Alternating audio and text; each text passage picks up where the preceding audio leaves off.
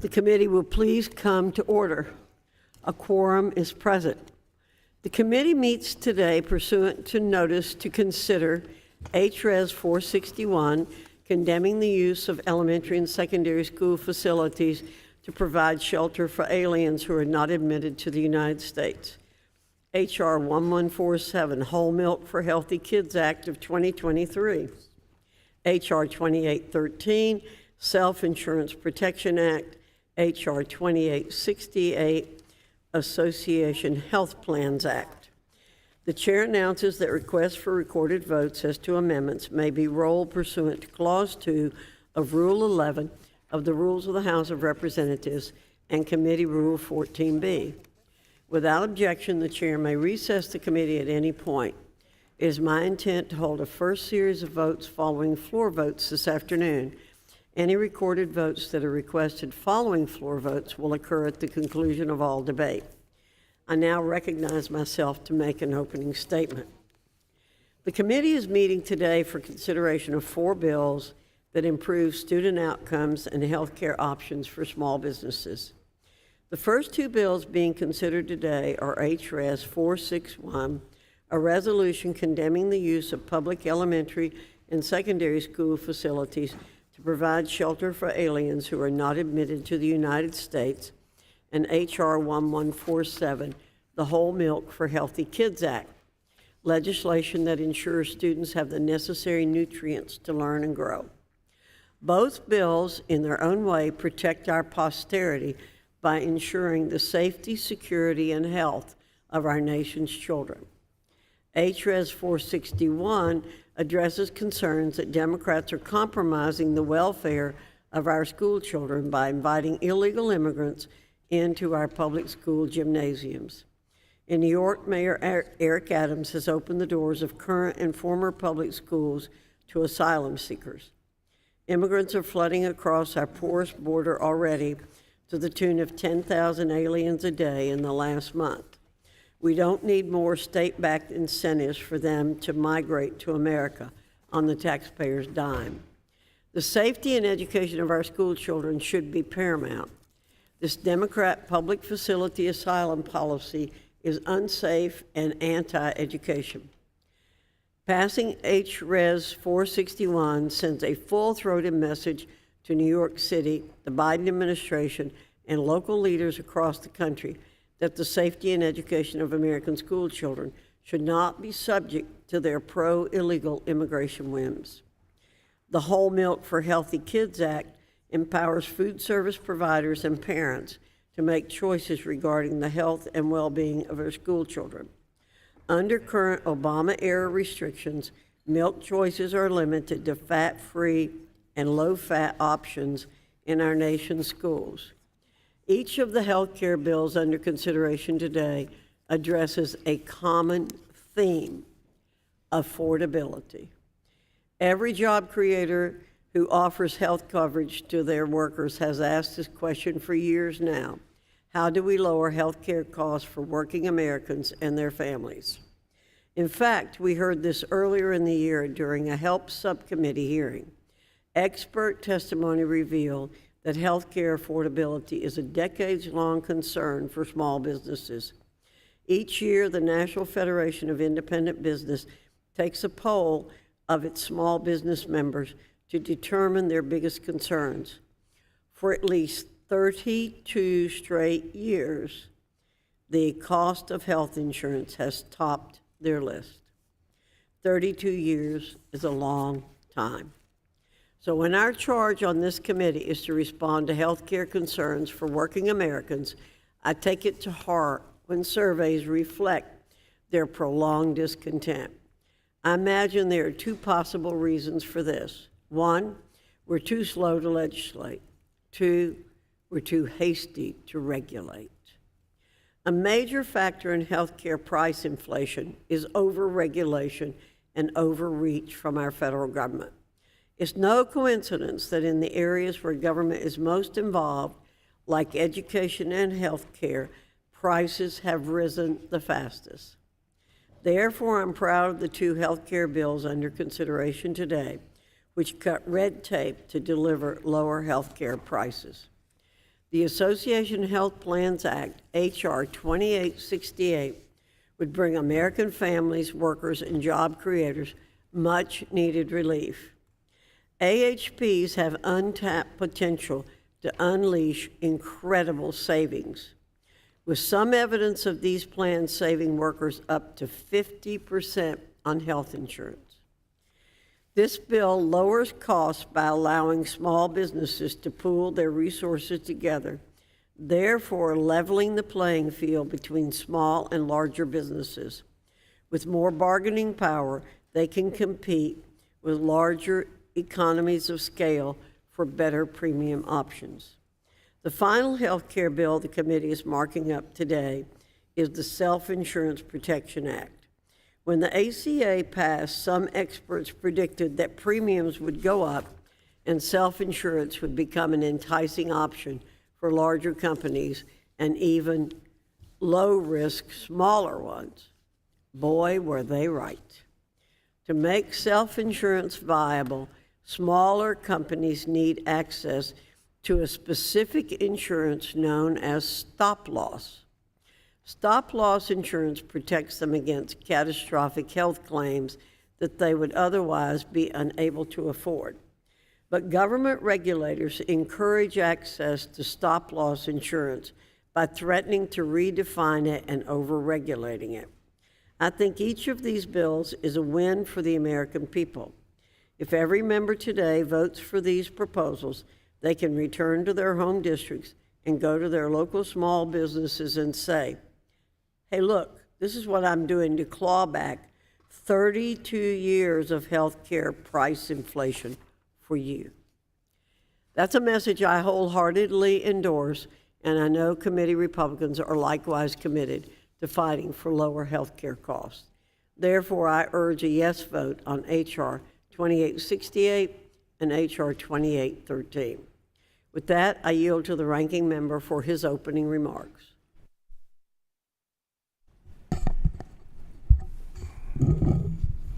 Thank you, Dr. Foxx, and good morning. I'd hope that we'd be able to start this Congress by passing bipartisan priorities that support the American people, but regrettably the committee Republicans are calling up another set of bills that neglect our responsibilities to students, workers, and families.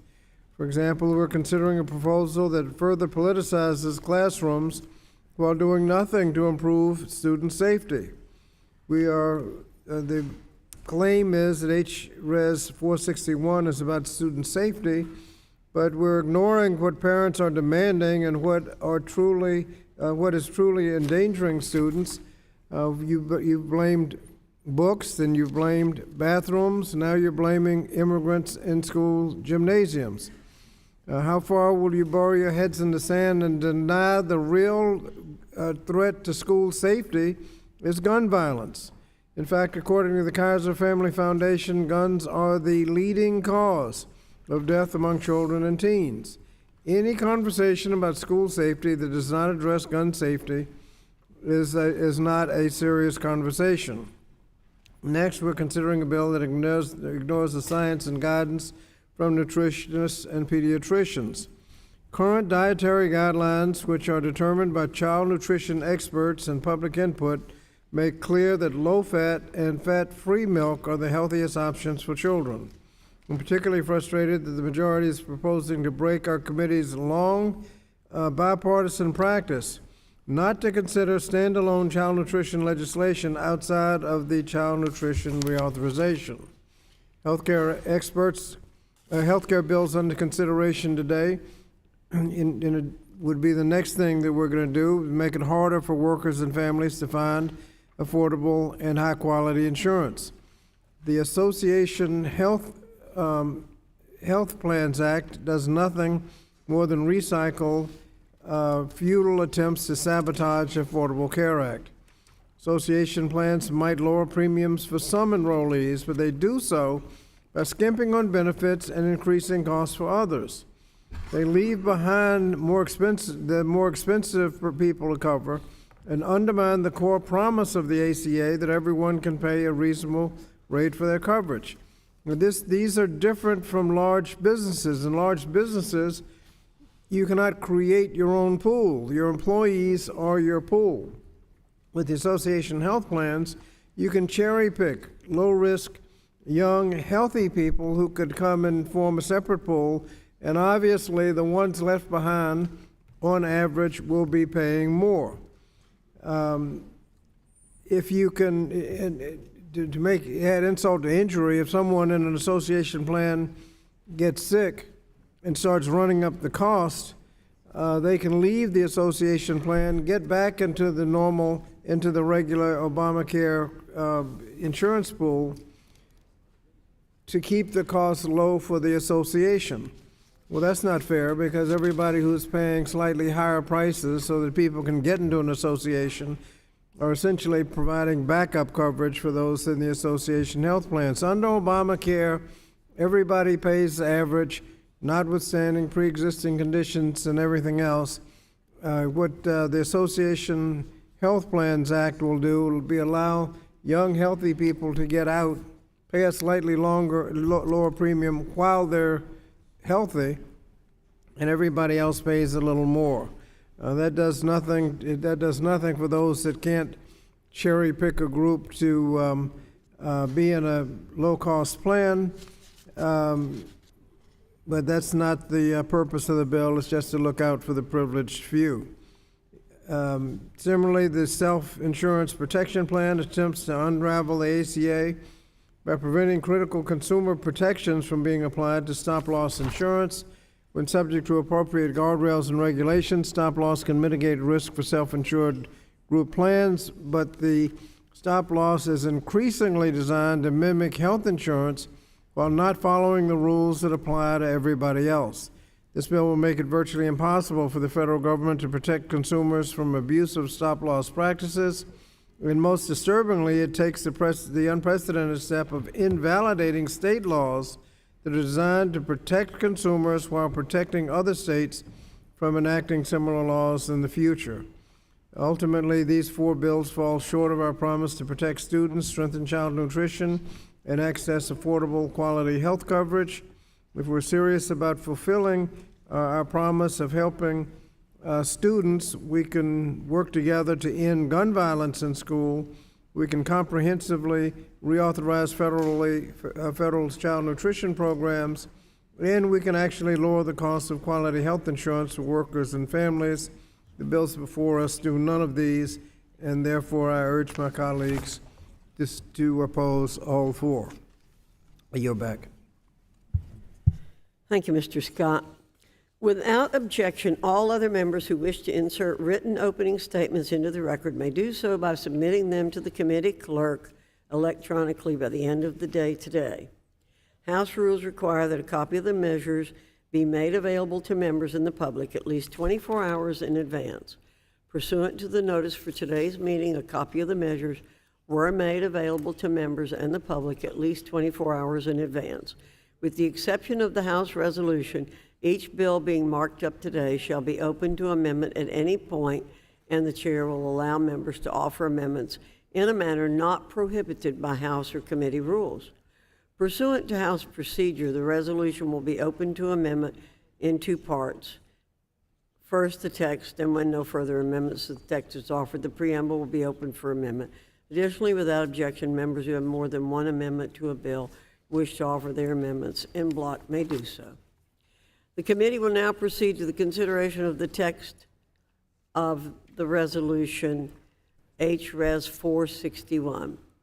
The resolution was circulated in advance and printed copies are available. Without objection, the first reading of the resolution is dispensed with. Any amendments to the preamble will be considered following disposition of any amendments to the text of the resolution. Without objection, the text of the resolution is considered read and open to amendment at any point. I now recognize Mr. Williams to offer an amendment in the nature of a substitute. Chairwoman Foxx, I have an amendment in the nature of a substitute. The clerk will report. Amendment in the nature of a substitute to HRES 461 offered by Mr. Williams of New York, identifier HRANS_004. Without objection, the amendment in the nature of a substitute to the text of the resolution will be considered as read and shall be considered original text for purposes of further amendment. The amendment in the nature of a substitute has already been distributed. I now recognize Mr. Williams for 5 minutes to explain the amendment in the nature of a substitute. Madam Chairwoman, over the last 2 years, every state in our union has felt the effects of illegal immigration.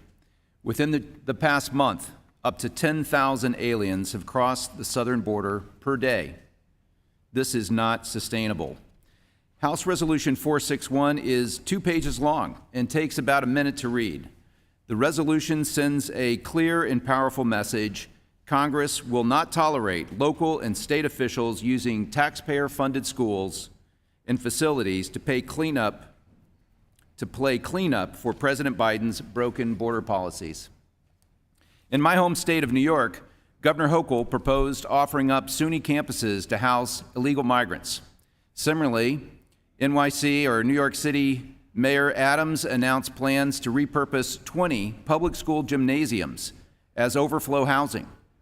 During the 2022-2023 school year, District 2 in Manhattan saw 5,500 migrant students enroll in the city's public schools during the same school year, a 20% increase. Overflowing classrooms, understaffed schools, and rising school taxes are not unique challenges to New York. Unfortunately, numerous schools around the country are facing similar pressures and are facing similar questions about how best to allocate resources. So in response, my resolution, alongside Representative Miller Meeks, makes 3 major points. First, having unvetted immigrants in schools is a major disruptor to daily routines and diverts critical educational resources away from students. Our students are already suffering from historic learning loss from prolonged school closures during the pandemic. Second, housing unvetted immigrants in public schools poses a significant safety risk to students. On May 16th and 17th, 2023, about 300 such aliens were sheltered in current or former public school gymnasiums in New York City. In the event of an emergency, there is no way for school administrators to properly lock down campuses to protect students. Third, schools are for educating, not for cushioning the consequences of bad policies. These actions of state and local leaders like Governor Hochul and Mayor Adams only perpetuate a growing catastrophe at the southern border. Our students and their parents should not have to sacrifice for the disastrous immigration policies of either the Biden administration or local leaders. Simply put, House Resolution 461 says enough is enough. The academic success and safety of America's students must be put first. Specific to the text, the substitute makes technical changes to the description of the elementary or secondary school facilities.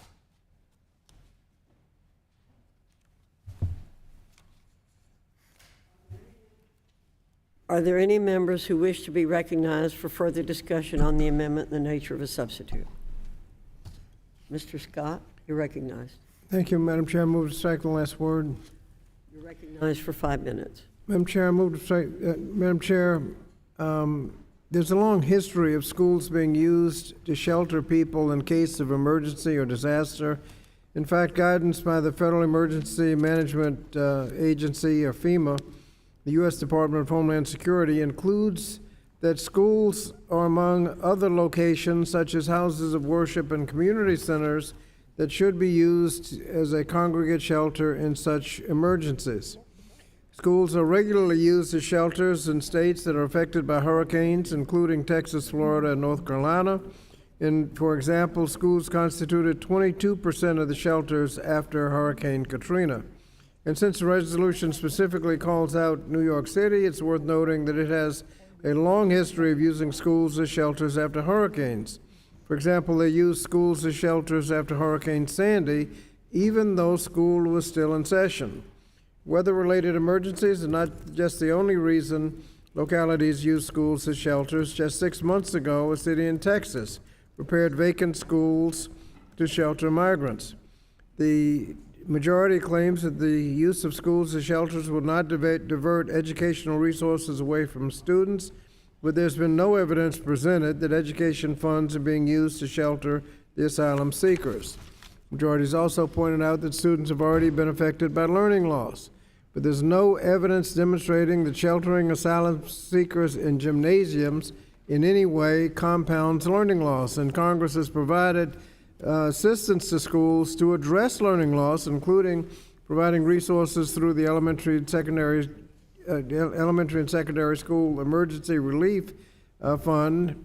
And there's much more that we could do if the majority would choose to focus on meaningful relief instead of something like this resolution.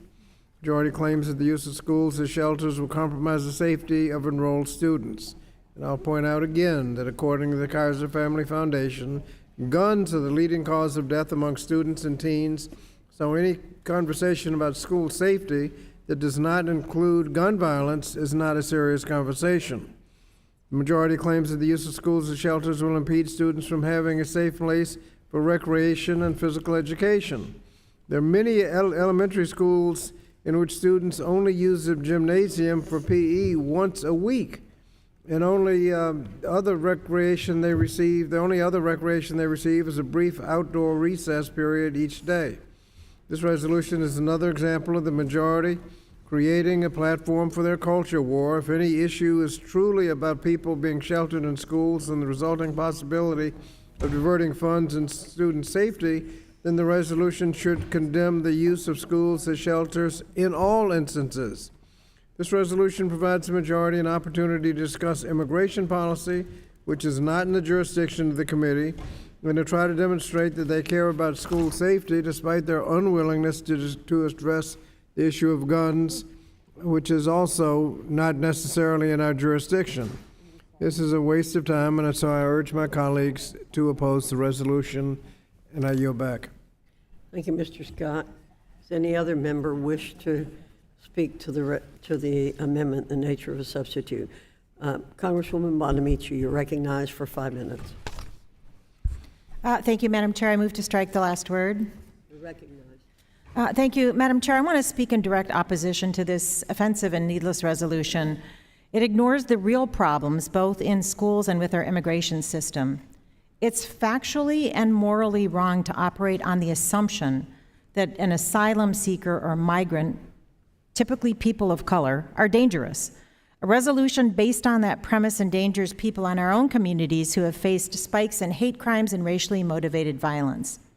Shelter needs are increasing across the country, and as Ranking Member Scott said, schools as community centers are regularly used as temporary shelters during natural disasters and other incidents. Instead of condemning communities that provide temporary shelter to those in need, who are often desperate parents trying to save the lives of their children, this committee should be working on evidence-based policies to make schools safer, but that's not happening.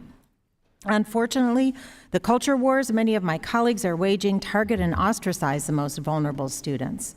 Republicans in state legislatures, and unfortunately many of my colleagues on this committee, have been promoting policies that harm students, deny them an opportunity to get a good education with their efforts to ban the accurate teaching of history and silence the voices of underrepresented artists and authors.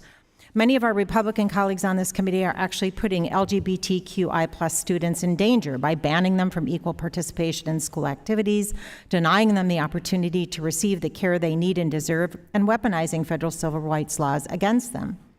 Also, this resolution actually states that hosting asylum seekers or migrants on school property, quote, poses a significant safety risk to school children. What's the real significant safety risk to school children? It's the #1 killer of kids, firearms. Rather than advancing this misguided legislation, we should hold a hearing on the continued gun violence and the attacks on students in their classrooms. Our words and actions in this room matter, and I'm concerned that this bill may spark more hatred and violence toward migrants and people seeking asylum while doing absolutely nothing to improve education or safety. If my Republican colleagues want to make our schools safer for students, I invite them to come to the table to work on substantive and evidence-based solutions. Migrant students and the children of asylum seekers, of course, under Plyler versus Doe, are entitled to attend school. They're often vulnerable, targeted, and underserved in our schools. We should provide them with the resources and support they need, not only to survive, but to be successful, and this resolution gravely misses the mark. I want to remind everyone that immigrants are our colleagues, our neighbors, our friends, our families, and our community members and our constituents. I strongly urge my colleagues to oppose this resolution, and I yield back the balance of my time. Thank you, Ms. Bonamici. Are there other members who wish to speak? Ms. Jayapal, you're recognized. Thank you, Madam Chair. I move to strike the last word. You're recognized for 5 minutes. Thank you so much. As the ranking member of the Immigration Subcommittee of the Judiciary Committee, let me be clear that immigration is not within the jurisdiction of this committee. Gun violence in schools that keeps students, that is killing our students is, but you don't see a markup on gun violence and how we keep our kids safe and alive. My colleagues would have you believe that ending the use of Title 42 public health policy has resulted in higher numbers of people coming to the United States. But over the last month, border numbers are down over 60% from their peak. And as Politico describes it, it's the, quote, migrant crisis that still hasn't arrived. Democrats have persistently put forward legislation that would fix the immigration system, ensuring that we strengthen border security while allowing people a fair, secure, and humane way to seek safety. We've also consistently voted to provide additional funding for ports of entry. Last year, Democrats passed the fiscal year 23 omnibus, which included $60 million to hire additional CBP officers and support personnel at ports of entry, and another $70 million to strengthen non-intrusive inspection systems to disrupt the flow of drugs and contraband at ports of entry. Not one of my Republican colleagues on this committee voted for that legislation. Now, if my Republican colleagues were serious about improving public education, they would work with us to make sure schools are fully funded and kids have the support they need to succeed. We would be funding school meals, universal pre-K, and mental health for kids. But instead, the first markup we held this Congress was to go after trans kids by imposing a trans sports ban and depriving kids of an accurate and fact-based education. Instead, my Republican colleagues passed a bill, the Default on America Act, that would cut about $4 billion in funding for schools serving low-income kids, gutting program funding to its lowest level in nearly a decade. These cuts are equivalent to removing over 60,000 teachers and specialized instructional support personnel from classrooms. Nationwide, these cuts would reduce support for 7.5 million students with disabilities, slash over 200,000 Head Start slots for kids, and Pell Grants for about 80,000 students. Republican funding cuts to schools serving low-income kids would impact 110,000 kids in Iowa, 330,000 Virginians, 1.1 million Georgians, nearly 400,000 kids in Wisconsin, 380,000 Hoosiers, and over 1.5 million kids in New York. Among students with disabilities, it would cut support for 781,000 kids in California, over 340,000 Pennsylvanians, over 600,000 Texans, 78,000 Kansans, and 126,000 kids in Missouri. It would also make college more expensive for nearly 570,000 Michiganders and over 1 million students in Florida. I could keep going, but what is clear is that every Republican on this committee has voted for funding cuts that would hurt kids, including their own constituents. The resolution that we are considering today is nothing but a fear-mongering attack to distract from the fact that my colleagues don't have real solutions to improve education and to give kids the best shot at a brighter future. I urge my colleagues to reject this resolution, and I yield back. Are there other members who wish to be recognized for further discussion on the amendment? Dr. Adams, I recognize you. Thank you, Madam Chair. Move to strike the last word. You're recognized for 5 minutes. Thank you. I want to voice strong opposition of Resolution 461, condemning the use of elementary and secondary school facilities to provide shelter for aliens who are not admitted to the United States. This bill avoids addressing the real issues that face our children each and every day. But I think it's interesting that my Republican colleagues are choosing to push this anti-immigration bill in the name of protecting our students. So where are the kids you say you're protecting? The focus of today's hearing is condemning people, immigrants, from being able to seek solace in a school building. But my colleagues on the other side of the aisle can't even refer to them as people. Instead, they call them aliens. And I know that's written in the law, but I still have some concerns about that. They are people, not aliens. But what a shame. We ought to be ashamed for addressing this issue today that's really not about really protecting kids. The instances that are being referred to in the bill are mostly instances where these immigrants were using an abandoned school building for shelter. So to my Republican colleagues, what other options are you proposing, and what other measures should we be using to house immigrants? People, by the way. I don't see any suggestions, just a mean-spirited, harmful piece of legislation that's being put before us today. Individuals can't even use an abandoned building as a housing unit in this country without my colleagues on the other side of the aisle having a problem with that. A space that's not even in use, not even in use. As a former educator, let me just say how distasteful this is to me personally. I believe that it is so critical to provide children and families with the needs that are before them. This legislation is shameful, it's appalling, and of course I look forward to having a conversation with my colleagues that takes up these specific points, but I refuse to give credence to a conversation that will continue to disrespect people just because they are not from this country. Madam Chair, I yield back. Thank you. Other members wish to be recognized. Mr. Bowman, you're recognized.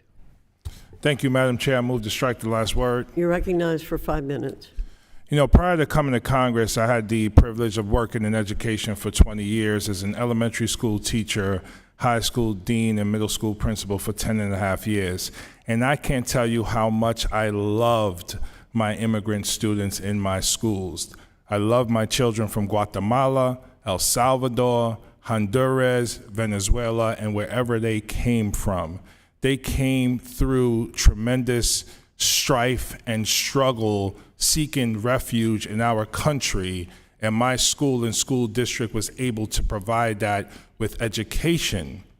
Now, if my colleagues, my Republican colleagues, are serious about protecting America's children and all children, why aren't we having honest conversations and pushing for affordable housing in our communities around the country?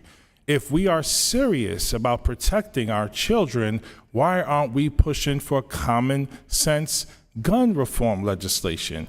Why aren't we doing everything to make sure our children and all children are provided access to health care? This is another hateful, fear-mongering resolution that marginalizes and disenfranchises migrants who are coming here, escaping danger and death to seek asylum. Immigrants are the engine that drive our economy. Everyone in this committee who is not African American comes from an immigrant family at some point in their lineage. African Americans, as we know, were brought here as slaves, so that's another conversation for another day. America has always been a place that welcomes people from other nations, and we have always been supportive of them. Our economy is struggling because we have not done anything about comprehensive immigration reform.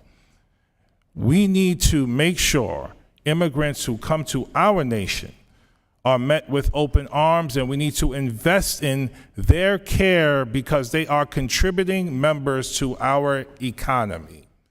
We need to do something about work visas so we can expedite the process for them to actually begin to work legally in our country so that they can contribute to the economy of our nation. We have work shortages in the farm industry that many of the immigrants coming in would fill those shortages. And again, contribute to our economy. I also want to say the migrants who are coming here are human beings. They are representative of our collective humanity. The term alien, yes, is written into law, and that needs to be reconsidered. They are not from another planet, they're from another country. And they occupy the human race just like we all do. So again, if we are serious about making sure that our children, America's children, are safe and secure and taken care of, then we need to provide access to housing, health care, jobs for our migrant friends and family. Because when we do not, and we leave them in vulnerable positions, that's when you see an increase in public safety issues, not just from them, but from everyone. And America and Americans who are citizens have their own public safety issues to deal with. Because every other week there's a mass shooting. And every other day in my district, guns are trafficked into the most vulnerable areas for young kids as young as 12 to use them and kill each other. Why? Because we have never addressed the issue of public safety through the lens of public health and through the lens of programs that focus on historical marginalization that started in the U.S. Congress through policies like redlining. So can we please, at some point, have honest conversations about our collective humanity, really treating everyone with dignity and respect?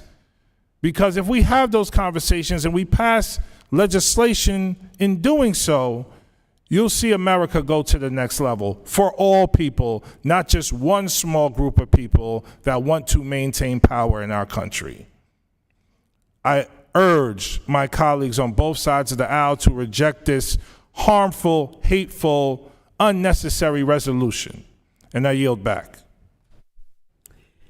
Ms. Leisure Fernandez, you're recognized. I move to strike the last word. Recognized for 5 minutes. Thank you, Madam Chairman. I want to associate myself with all of the comments that we have heard with regards to this resolution. It is simply amazing and stunning how Republicans are once again submitting for our consideration text that is so mean-spirited, that is so hateful, that is intended solely to produce outrage and fear. It is not intended at all to solve any problems. And it is producing that outrage and fear on the backs of these children. And we do this over and over again in this committee and with this Republican-led House. Imagine being that transgendered child who is under attack for just being who she is, who's having an entire House committee and Congress attack her existence. Imagine being that child whose stories are captured in a book, that she can then see herself in the book, her history in the book, her parents and grandparents and ancestors' history in a book, and she is now being attacked. That book is being pulled out of the classroom and the libraries. Imagine being that child of immigrants who are hard at work, picking the food that we eat, working in the dangerous jobs at the slaughterhouses that we depend on for our meals, caring for our elderly and our ill, and that child and that family in an emergency when they may need shelter would be denied such. It is striking how we as a country are willing to take advantage of all that immigrants provide to us, whether they be documented or not. They are the ones who are caring for our ill. They are the ones who are caring for our elderly. They are the ones who are supplying our food source. And yet we would deny them shelter. It's astounding that Republicans once again have no shame. In Spanish, one of the worst insults you can give to somebody is to say sin vergüenzas. They have no shame. They have no remorse about who they will harm in their efforts to gain power, to enrage Americans against the most vulnerable. And it is with this sense that we should be a country that puts love at the center of our policies, that puts compassion and kindness at the center of the work we do, that I urge all of my colleagues to vote against this resolution. And with that, I yield back. Thank you. Mr. Takano, you're recognized. Thank you, Madam Chair. I rise in strong opposition to this resolution. This resolution is a blatant attempt to discourage efforts to help asylum seekers. And I realize that the terminology of an alien not admitted to the United States is a legal term. But let's not conflate what is going on here, which is to complicate and to complicate the efforts of our local governments to be able to help asylum seekers.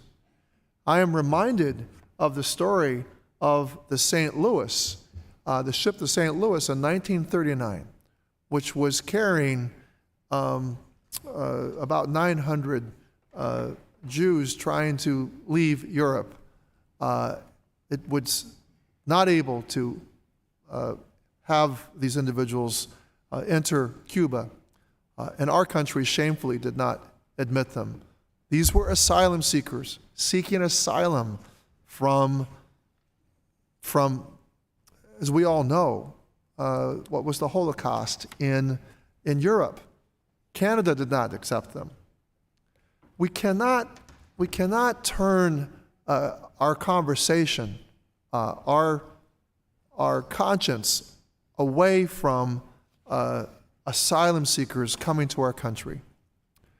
And individuals seeking asylum are some of the most vulnerable.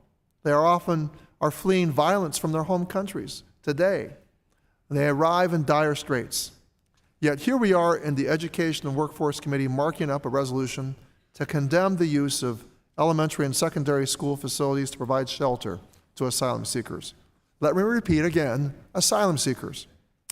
Both FEMA and DHS have relied on these congregate settings as places to temporarily shelter individuals, and there is a long-standing precedent to do so.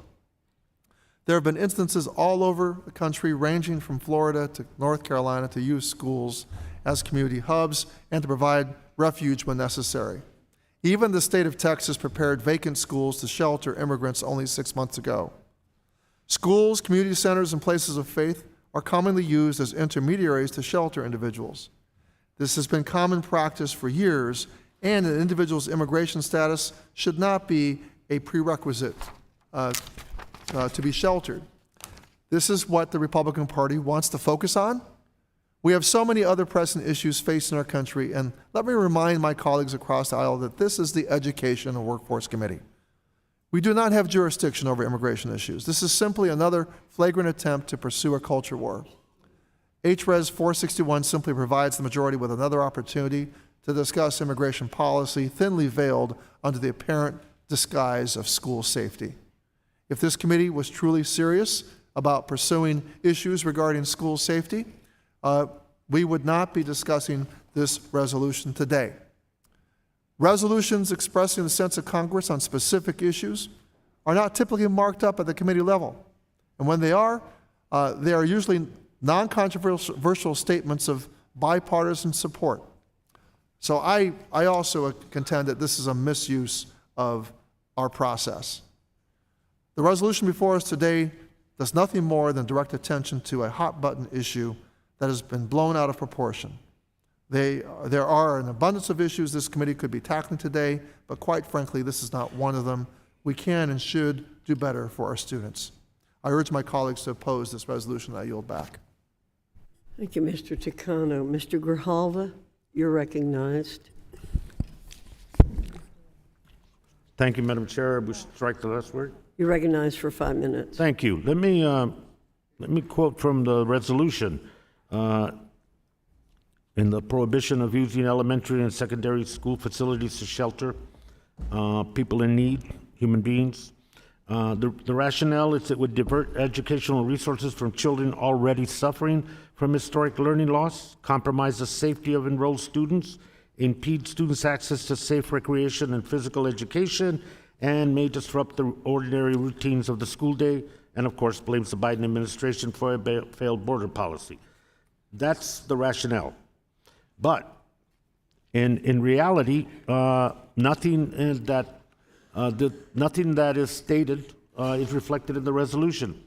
The lofty concern and care for our schools, students, parents, teachers, and the neighborhoods and communities that they serve is merely a cover for the rationale behind this resolution. Because if we're really dealing with the real issues and the real needs of public education and the students and parents that rely on public education, we would not, the Republicans, on a very narrow vote in April, 217 to 215, passed their budget blueprint, which slashed 22% from public education to the most vulnerable students in the country, to the poor students in the country, students with disability. And we have seen consistently from the Republican majority on this committee and on the floor, book banning becoming a routine exercise, the demonizing of students because of who they are, and continuing to make our politicizing our classrooms to the point that we are distorting history, not providing credible and empirical information to students, and not letting them think for themselves. Now, I've been on this committee my whole career, and the reason is because I owe a great deal of gratitude to the public education system. I'm a son of immigrants, and as such, I learned about the tenets of this democracy of ours in our schools. I learned to understand it and to believe it. I also learned English, which I think some colleagues regret very much, but nevertheless, and I saw a chance of opportunity, and here I am. But that story is replicated day in, day out across this country. I'm not unique. And this resolution tears at the heart of what is important. Because if we really cared about public education and its students and its communities, we would recognize the demographic change that has happened in our schools. And instead of demonizing and attacking and blaming diversity, we would embrace it and make it work for us as it's worked forever in this country. Now, or we would deal with the issue of gun safety and the murderers that have happened in our school grounds and create an environment, whether it's Uvalde or anywhere else, in which children are protected and the sanctity of that place, if we cared about that. But you won't see a resolution about that here. You won't see a resolution about not weakening the bedrock of opportunity, public education, for many of us. Instead, we continue to see efforts to dismantle it and to begin to weaken it. Now, so why are we here? We're here on this resolution because the Republican majority, thanks to President Biden, we avoided the worst that was represented in their budget. And during those hostage negotiations, the worst did not occur. But the intent is still there, and this resolution reflects the intent. And the intent is to take us into a rabbit hole, the American people, not just the Democrats. Take us into a rabbit hole to create a discussion around an issue of immigration in which there has been no solution offered from the other side. To drag us into a rabbit hole that they believe works to their benefit. They believe makes their opportunity to retain the majority in this House. I won't go down that rabbit hole. I urge a no vote on this resolution. It's pointless, it's pandering, and it does no service to the public education system, and it does no service to the safety and the well-being of the students in this country. And I yield back, Madam Chair. Thank you, Mr. Grijalva. Ms. Wild, you're recognized. Thank you, Madam Chair. I move to strike the last word. You're recognized for 5 minutes. Thank you. This is another resolution that addresses a problem that does not exist. I want us to all reflect on the role of the public schools in our communities. They are vibrant centers of our communities in many cases. In many jurisdictions, we vote at schools. We use them as emergency facilities in cases of fire or extreme weather. We use them even for public festivals and events. But this resolution seeks to preemptively prevent the use of public school facilities to shelter people who are in harm's way. And please stop calling them aliens. Please stop calling them illegals. Be kind, be compassionate, recognize that these are human beings who are in a very difficult place in their lives. Now, I don't want anyone to take from my comments that I don't think that our kids in public schools deserve a safe place to learn. I am absolutely committed to that principle, committed to our children's safety. And by the way, I'm also committed to the principle of nutrition for children, because children with empty bellies cannot learn either. I'm terrified for the day that mass gun violence hits another one of our schools. Every member of Congress is just one news cycle away from having it happen in their district. Yet here we are, rather than talking about school nutrition, going to prevent the next case of mass gun violence that will take away 7-year-olds, 10-year-olds, high school students, whatever. Here we are talking about a problem that doesn't exist. There are a multitude of ways to ensure our children's safety. This is not one of them. The odds of harm from a human being who is being compassionately sheltered in a temporary shelter, a public school, is far less than the odds of that child being harmed by an armed gunman or simply being incapable of learning because they are hungry. And the final thing I'd like to say is that the resolution talks about this being a disruption, meaning the sheltering of people being a disruption of ordinary routines of the school day. There is no greater disruption to an ordinary school day than students having to participate in active shooter drills. Let's talk about that. And with that, I yield back. Thank you, Ms. Wild. Ms. Hayes, you're recognized. I move to strike the last word. You're recognized for 5 minutes. I want to speak in opposition to this resolution. I wasn't originally going to speak today, but I want to make sure that the people in this committee room and those who are listening to this hearing understand that the characterization of migrants and asylum seekers is not the consensus opinion of everyone on this committee. The idea that somehow migrants or asylum seekers are more dangerous and harmful to our students and communities. I also would like to make mention of the use of the word aliens over and over and over again. It doesn't matter that that's an accepted term in law. What it says to me is that we have to work to change that language. That is what we should be doing. We have a long history, as you've heard many members speak, about housing people in public spaces, including schools.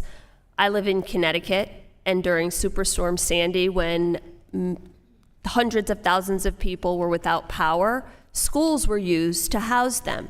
It was in October, in the middle of the school year, and that was a space that everyone knew to go to charge their equipment, to get water and supplies. That's what we did. This legislation is not talking about discontinuing the use of schools as a whole, in totality, to shelter people. It's only talking about migrants and asylum seekers. This is targeted, hateful, harmful legislation. I also want to make sure that everyone understands that asylum seekers are following U.S. law as it's written. This is our process. You present yourself at the border, you make your case, and then you wait to be heard by a judge. This is our process. The process is broken, and we need to address that. But the characterization of people pouring over the border illegally is just wrong. This is our process. So we need to look at the process and change that. I also want to say the resolution talks about compromising safety. Yeah, safety in our schools is compromised. So let's talk about gun legislation. The resolution talks about learning loss. I'm so happy to hear my Republican colleagues finally talk about the learning loss of our students while they are actively trying to claw back COVID funds that would address that. I want to address those learning losses because they do exist. Help me do that, please. We want to talk about children getting a high quality education in our schools. Let's talk about it. Let's feed our kids and make sure they have safe, affordable housing to live in so that when they show up at school, they are on green and ready to learn. So I am here for it. You want to have these conversations? I am here for it. Let's do it. Let's address all of those things. And one final thing I want to say. The U.S. Supreme Court in Plyler versus Doe ruled that undocumented children and young adults have the same right to attend public primary and secondary schools as do U.S. students and permanent residents, regardless of their citizenship. So when you talk about there was an uptick in enrollment in schools, I want to let you in on something. As a public school educator, I can tell you that there are undocumented children sitting in every single classroom, in every single school, in every single community, and it does not matter one way or another to the education as a whole of the other children that they are being educated alongside. They are already here. So welcome. Welcome to this conversation and this discussion about what is happening in our schools with public education. But these targeted attacks on humanely housing migrants and asylum seekers are just wrong. And I want to make sure that everybody knows that and everybody understands that. And I guess I'll leave you with one final question. In your world, in the reality that you exist in your compassionate and humane Christian values, where would you put these people? Please help me understand where they would go. I welcome your feedback or any of your comments on that question. And with that, I yield back. There being no further discussion on the amendment in the nature of a substitute, the committee will move to consideration of amendments.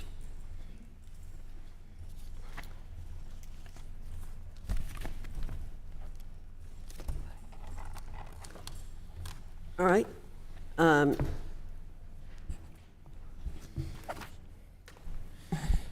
Chairman Foxx, I have an amendment in the nature of a substitute.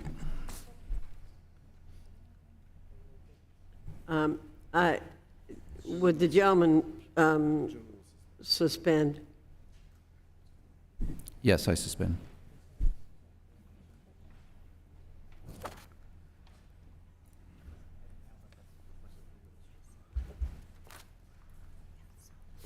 One more.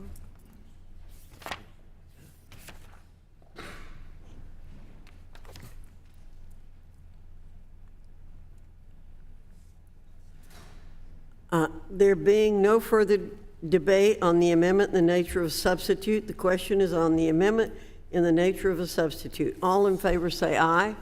Aye. All opposed, no. No.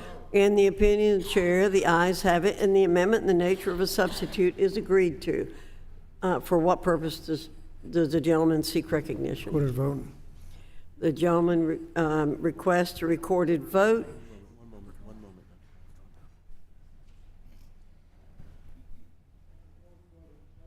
Requested this time? The gentleman has withdrawn his request. The amendment is adopted. The committee will now proceed to the consideration of the preamble of the resolution Res. 461. I now recognize Mr. Williams to offer an amendment in the nature of a substitute. Madam Chairwoman, I have an amendment in the nature of a substitute. The clerk will report. Amendment in the nature of a substitute to H.Res. 461 offered by Mr. Williams of New York, identifier HRANS_003. Without objection, the substitute amendment will be considered as read and shall be considered original text for purposes of the amendment. The amendment in the nature of a substitute has already been distributed. I now recognize Mr. Williams for 5 minutes to explain the amendment in the nature of a substitute. Thank you, Madam Chairman. I want to again urge my colleagues to support this amendment for reasons that I described previously. And I'm gratified that my colleagues across the aisle now equate the President's or this administration's border policy as a natural disaster, as a hurricane perhaps, or a fire, maybe an earthquake of 9.0. Seems to be the effect that you have equated the current migrant crisis. And I'm puzzled by the zeal to which you speak about housing adult men and adult women whom the Department of Homeland Security cannot verify the most basic information about, such as name, country of origin, past criminal record, or any other, in fact, their current immigration status. And these are who you want living in our children's schools. In addition to considering the preamble of the bill, the amendment in the nature of the substitute clarifies that school children should not bear the burden of, rather than having to pay for, failed immigration policies. Madam Chairwoman, I yield back the balance of my time. The gentleman yields back.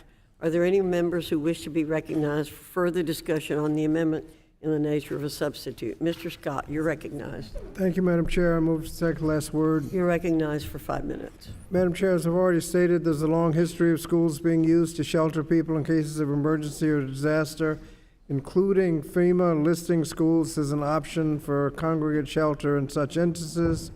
And for the other reasons already stated, I oppose the resolution, the amendment in nature of a substitute, and yield back. Gentleman yields back. There being no further discussion on the amendment in the nature of a substitute, the committee will move to consideration of amendments. For what purpose does the gentleman from Virginia seek recognition?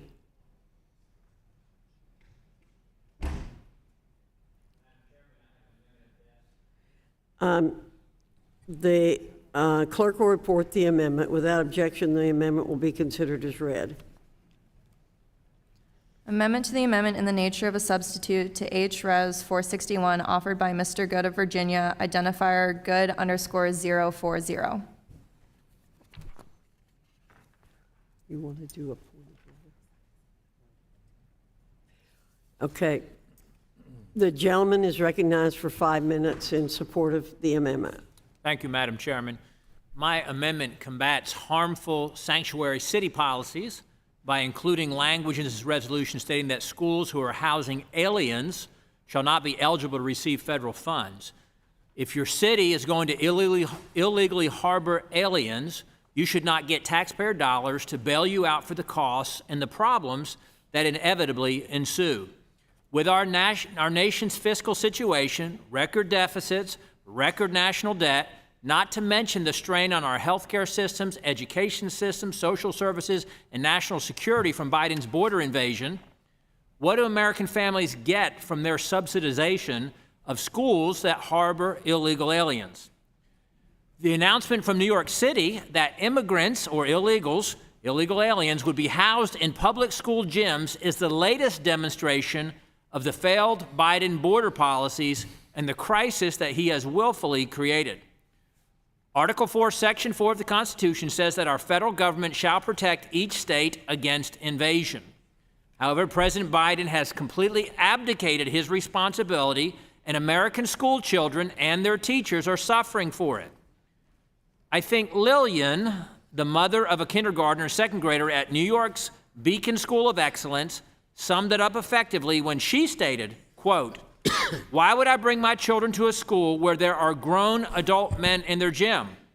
You won't let a stranger come into the school with no ID, but you'll let them live in your school gym," end quote. New York City likes to brag about being a sanctuary city. Meanwhile, they're begging the federal government for emergency aid to clean up the mess their own policies have created. We need to stop subsidizing Biden's border invasion. And I urge everyone in the committee to stand against these disastrous policies that harm our school children and support my amendment and the resolution. And I yield back, Madam Chairman. The gentleman yields back. Mr. Scott, you're recognized. Thank you. 5 minutes. Thank you, Madam Chair. Move the correct last word, and I oppose the amendment. This amendment suggests that we should penalize schools and students for temporary actions taken by a locality in an emergency. I can't think of anything that would be less helpful to the needs of students, schools, and families. It's worth noting that the United States Supreme Court in Filer v. Doe in 1982 held that children who are not legally admitted to the country still have the right to a free public education under the Equal Protection Clause of the 14th Amendment, and that case is still the law of the land. Denying federal funding to these schools would create more learning loss, more disruption, and jeopardize multiple school needs, including safety, which the underlying resolution claims to be concerned about. So I urge my colleagues to oppose the amendment and the underlying amendment nature of a substitute, and I yield back. The gentleman yields back. Does any member seek recognition?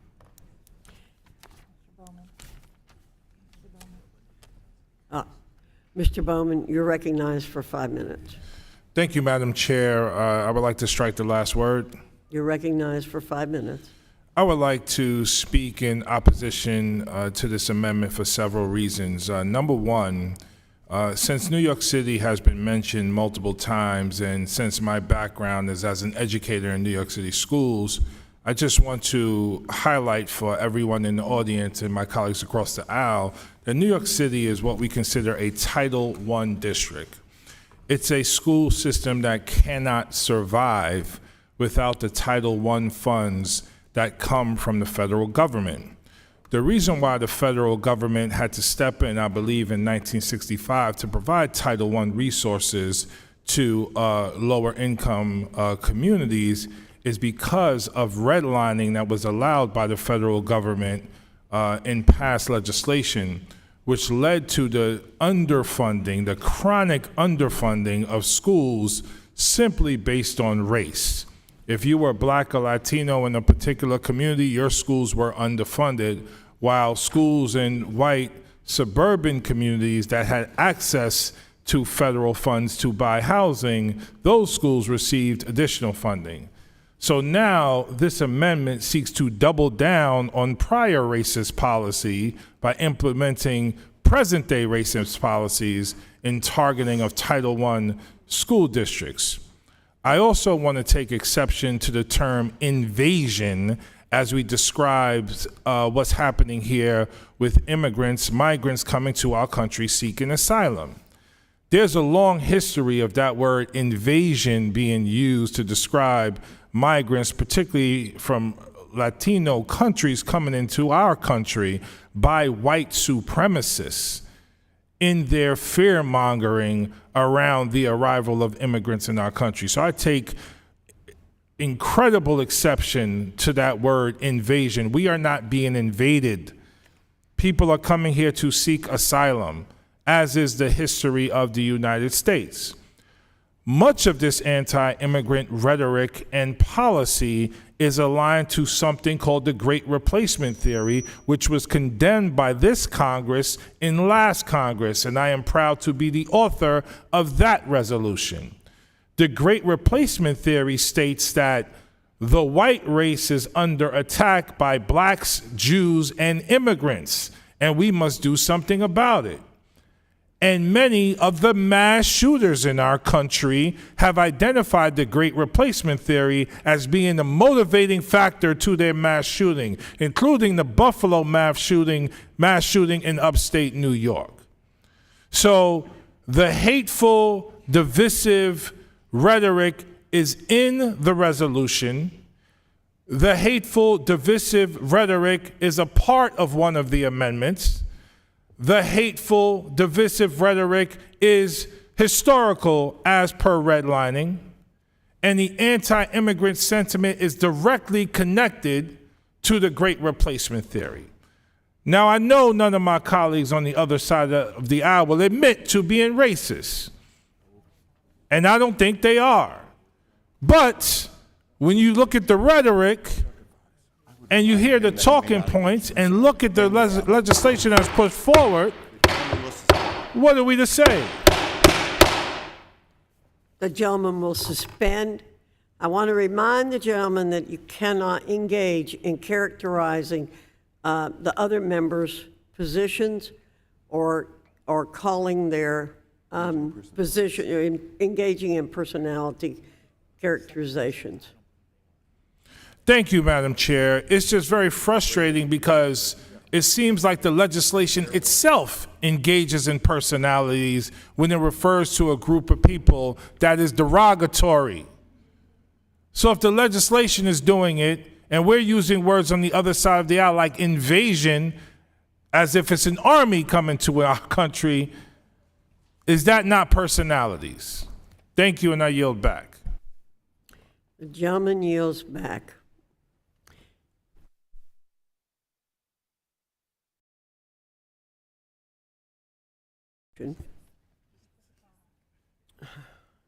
Mr. Takano, you're recognized for 5 minutes. I move to strike last word. Madam Chair, I want to thank the gentleman from New York, an educator, former principal, former teacher. I just want to remind my colleagues that I too taught in the public schools for 22 years before I became a member of Congress, 24 years actually. And I thank him as a former English teacher for his careful analysis of language.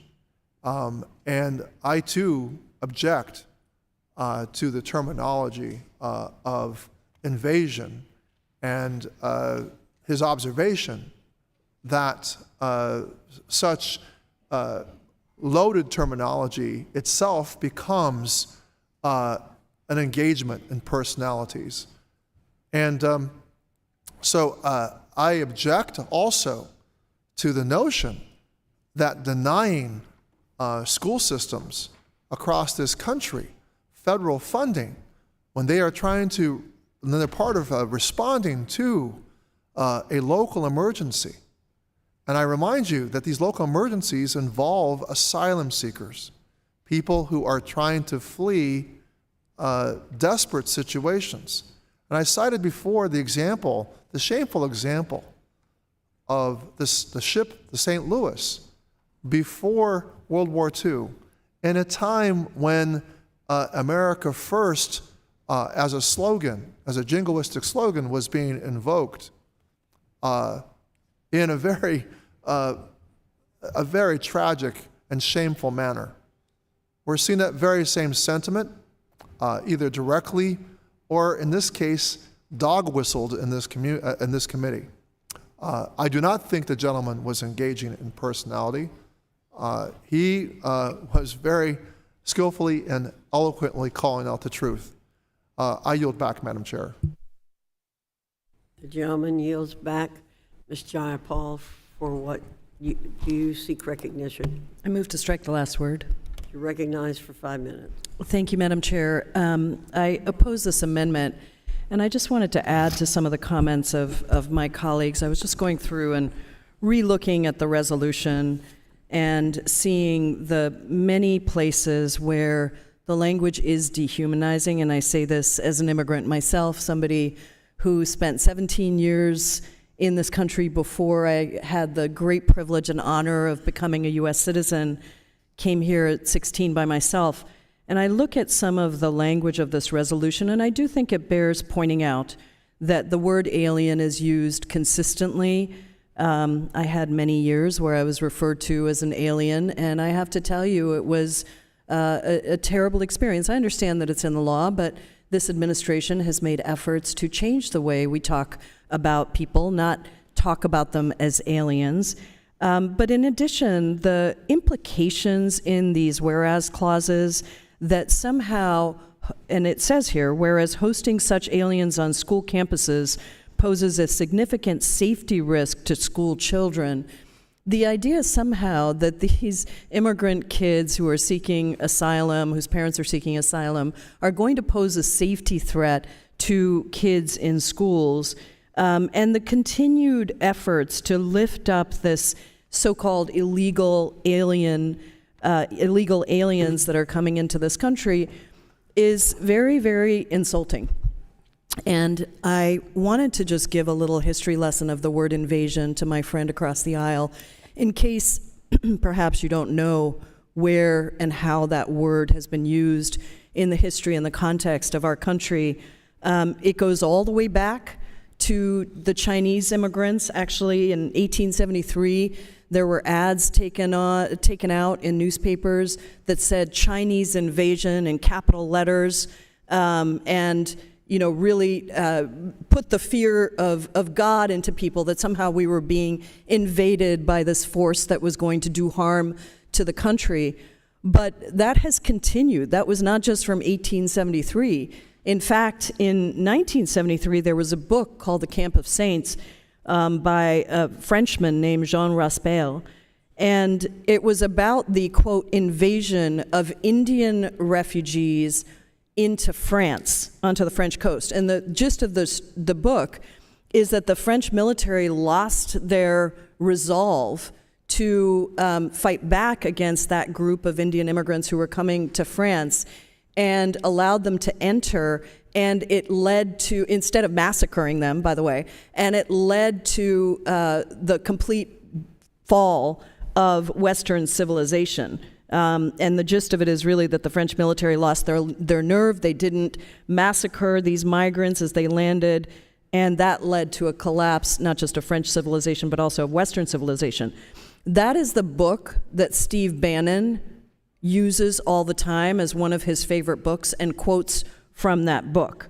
And I think it's important to understand that the tactics here are the same going back to the 1800s as today, of creating such an existential threat that any violence is also acceptable to counter that existential threat, right?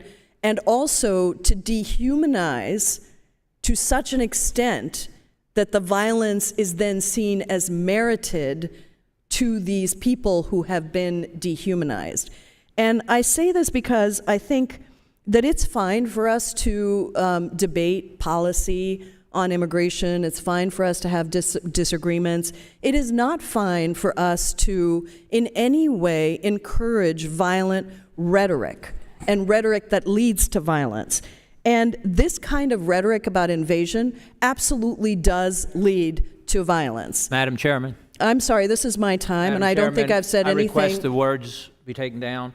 She's suggesting that the amendment is encouraging violence, that the amendment is supporting violence. Madam Chair, this is my time, and I have said nothing impugning. The gentlewoman will suspend.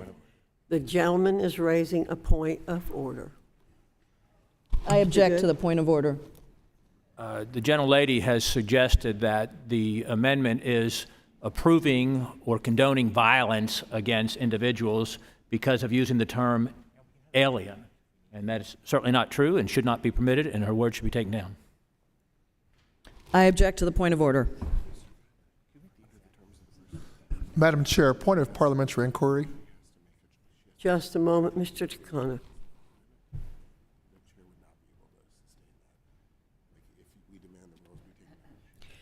I'm going to ask the clerk to please read the words that Ms. Jayapal spoke.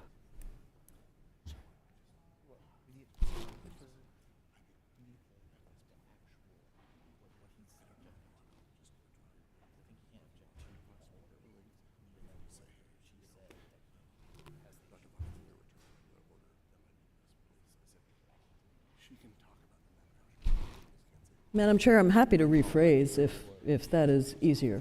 The gentlelady will suspend. Sure.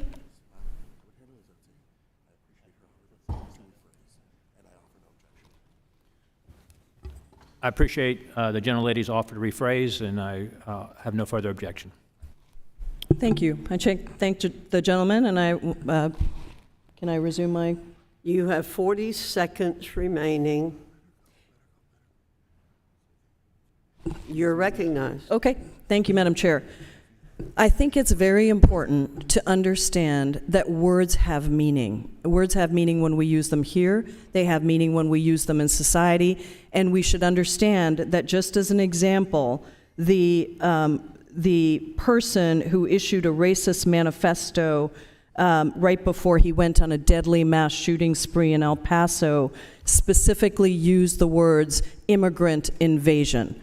So I would respectfully urge my colleagues on the other side to not use words like that, because whether they intend them or not to be utilized in violent ways, they are utilized in that way.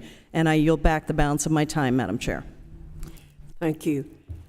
I'm going to urge every member on this committee to be mindful of your words. I have talked about the importance of language my entire time in Congress. We all need to be sensitive to it, and so I ask you to do that. I will also point out that we have stayed fairly close to existing legislation, has been pointed out before. The words illegal alien are in the statutes, and that is what we have used in many cases. There is no attempt on our part to encourage any violence of any sort. That shouldn't have to be said, but I'm going to say it. Is there any member who wishes to be recognized? Mr. Wahlberg, you're recognized for 5 minutes. Thank you, Madam Chairman. I don't intend to belabor this. My intentions were maybe to cool it down a bit. I don't disrespect my colleagues on the other side of the aisle for the positions they hold, but I think we ought to be careful about how we characterize even the language in this legislation, which is legal language, as the chairwoman has carefully instructed us. Words do have meaning. Alien is a meaning that's legal, that's important for our school children in these school buildings to understand that all people will be treated legally. Remember, we have a pledge that says with liberty and justice for all. That word justice means that we follow the principles for everyone. Everyone. Majority, minority, legal, alien, or illegal alien. I have a son-in-law who's attempting to go through the process of becoming a legal citizen. He's following the book. He's not rushing the border. He's not going beyond the walls. He is following the process to become a legal citizen. And I would contend that even colleagues of mine who have come here attempting and becoming citizens legally have done it that way. That's all we're asking here. And I think it's important that we establish a pattern even in the context of these school buildings, that the students in those buildings, seeing people who would be brought here, are coming not because they came legally, not because it's taking place like it did just 3 years ago, when we had stopped the rush on the border and we'd brought more magistrates into play and we were making our hearings much more expedient and efficient and getting people in legally to this country. We need legal immigrants coming to this country. We need people to continue to bring the creativity, the whatever, into this country, even as we have come into this country, most of us, through our ancestors. That's what we're attempting to say. So I would hope we'd look at the words legally. And with that, Madam Chairman, I yield back. Thank you, Mr. Wahlberg. Dr. Adams, I understand you'd like to be recognized. Yes, ma'am. Thank you, Madam Chair. I move to strike the last word. You're recognized for 5 minutes. Thank you, Madam Chair. This amendment is already egregious, and it makes schools ineligible to receive federal financial assistance if they use it to shelter, house, or otherwise serve as a sanctuary. As my colleagues have stated, this legislation is harming the people who have helped build this country, immigrants, migrants. But I don't understand how viewing them with the A word, aliens, is helping the students. They're people, and I think we need to really think about that. People who continue to contribute to our country's economy. And so I still continue to say that we need to focus on the real issues for our schools and this country and not harming those who have contributed so much to it. My colleagues have said that they want to talk about protecting students in schools, but nowhere in this amendment do they refer to anything that will actually help students. This is a mean-spirited bill. I continue to say that. We shouldn't even be considering it, but taking away federal funds from schools for simply helping people, just helping people, results in their funding being taken away. In what world is taking away critical funding for our schools, assisting our schools or our children? These are people who need our help. They need our assistance for survival. And I think we need to do the right thing. I urge my colleagues to oppose the amendment. With that, Madam Chair, I yield back. Will the gentlelady yield? Yes, I will. Thank you, and I thank the gentlelady for yielding, and I thank the gentleman from Michigan for kind of toning down the heat a little bit. But I just wanted to make the point that language that may be technically legal or may be found in the U.S. Code can still be insulting to a lot of people. And I think we ought to take that into consideration. I yield back. Would the gentlewoman yield? Yes, I'll yield. Thank you. I also just wanted to say to my colleague, I understand that language is in the laws. I was actually responding to the word that was used by a colleague across the aisle of invasion, immigrant invasion. And I just want to be clear that that is the language. It is not in law. It is a characterization of immigrants that has a long history of being used in very, very destructive and violent ways. I wasn't necessarily saying that that is what my colleague was trying to do, but I would like to ask the gentleman, because I think you made a reasonable statement. That's not something I'm going to raise objections about. We can discuss policy, but could you all commit to not using words like invasion? Because I don't think that they are helpful to the discussion. I do think it ramps up the dialogue in a way that's not useful. And I do think it has a very clear history of being used in violent ways, including most recently by the El Paso shooter. Would the gentlelady yield? It's actually the gentlewoman's time. If she, Alma, would Representative Adams yield to the gentleman? Yes, I'll yield to the gentleman. I thank the gentlelady. I would certainly entertain other words, but I also know specific words have real meaning. And my concern, my son-in-law is not rushing the border, let's call it that. He's not trying to enter without following the law. He's waiting in his home country for the United States to say, now you can come, as part of the process of becoming a legal citizen.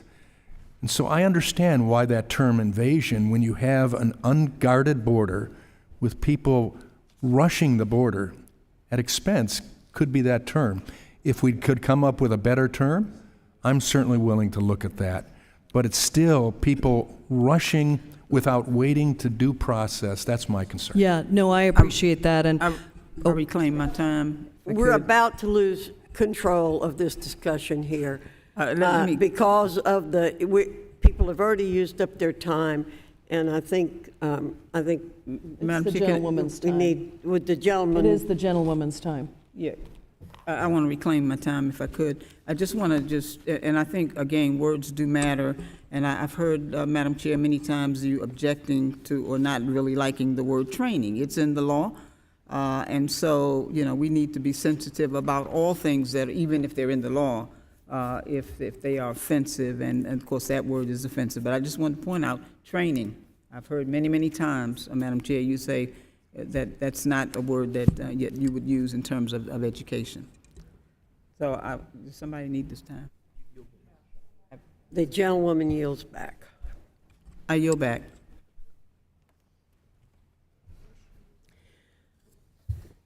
The question is on the amendment by the gentleman from New York. All in favor say aye.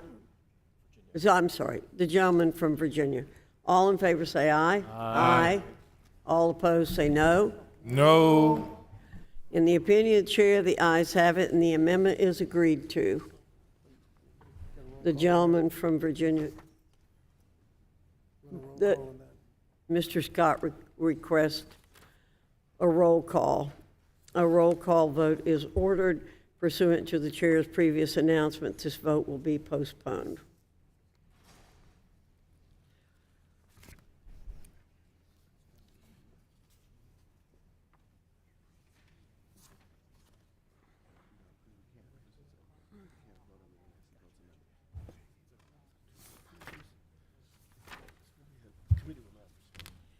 The committee will now proceed to consideration of the bill H.R. 1147 for amendment.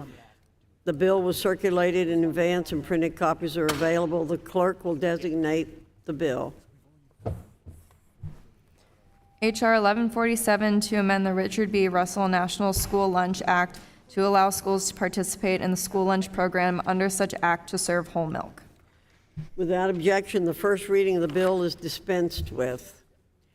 Without objection, the bill will be considered as read and open for amendment at any point, and any amendment offered shall be considered as read.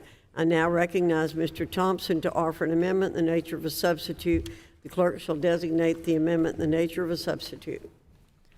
Amendment in the nature of a substitute to H.R. 1147 offered by Mr. Thompson of Pennsylvania, identifier THOMPA_024. Without objection, the amendment shall be considered original text for purposes of further amendment.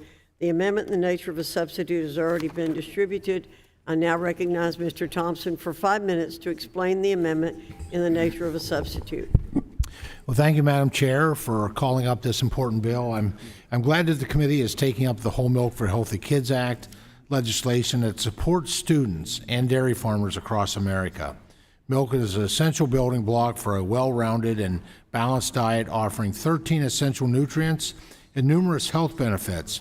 However, out-of-touch federal regulations have imposed dietary restrictions on the types of milk that students have access to in school meals.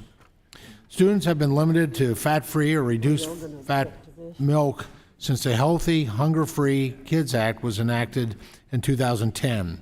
The USDA's latest proposed guidelines could roll back options even further by restricting flavored milk only to high school students and counting milk fat against weekly saturated fat allowances. There are several reasons why this top-down regulation are harmful to students and school districts that are forced to comply. First, we have seen students opt out of consuming milk altogether if they don't have access to a variety that they enjoy. According to the 2020 Dietary Guidelines Advisory Committee report, more than 2/3 of school-aged children fail to meet the recommended level of dairy. Let's face it, the only way to benefit from milk's essential nutrients is to consume it.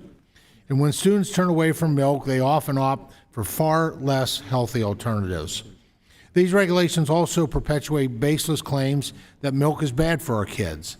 Research has shown time and time again that whole and 2% milk, and let me rephrase that, whole, which is 3.5% milk fat, and 2% milk, are not responsible for childhood obesity and other health concerns.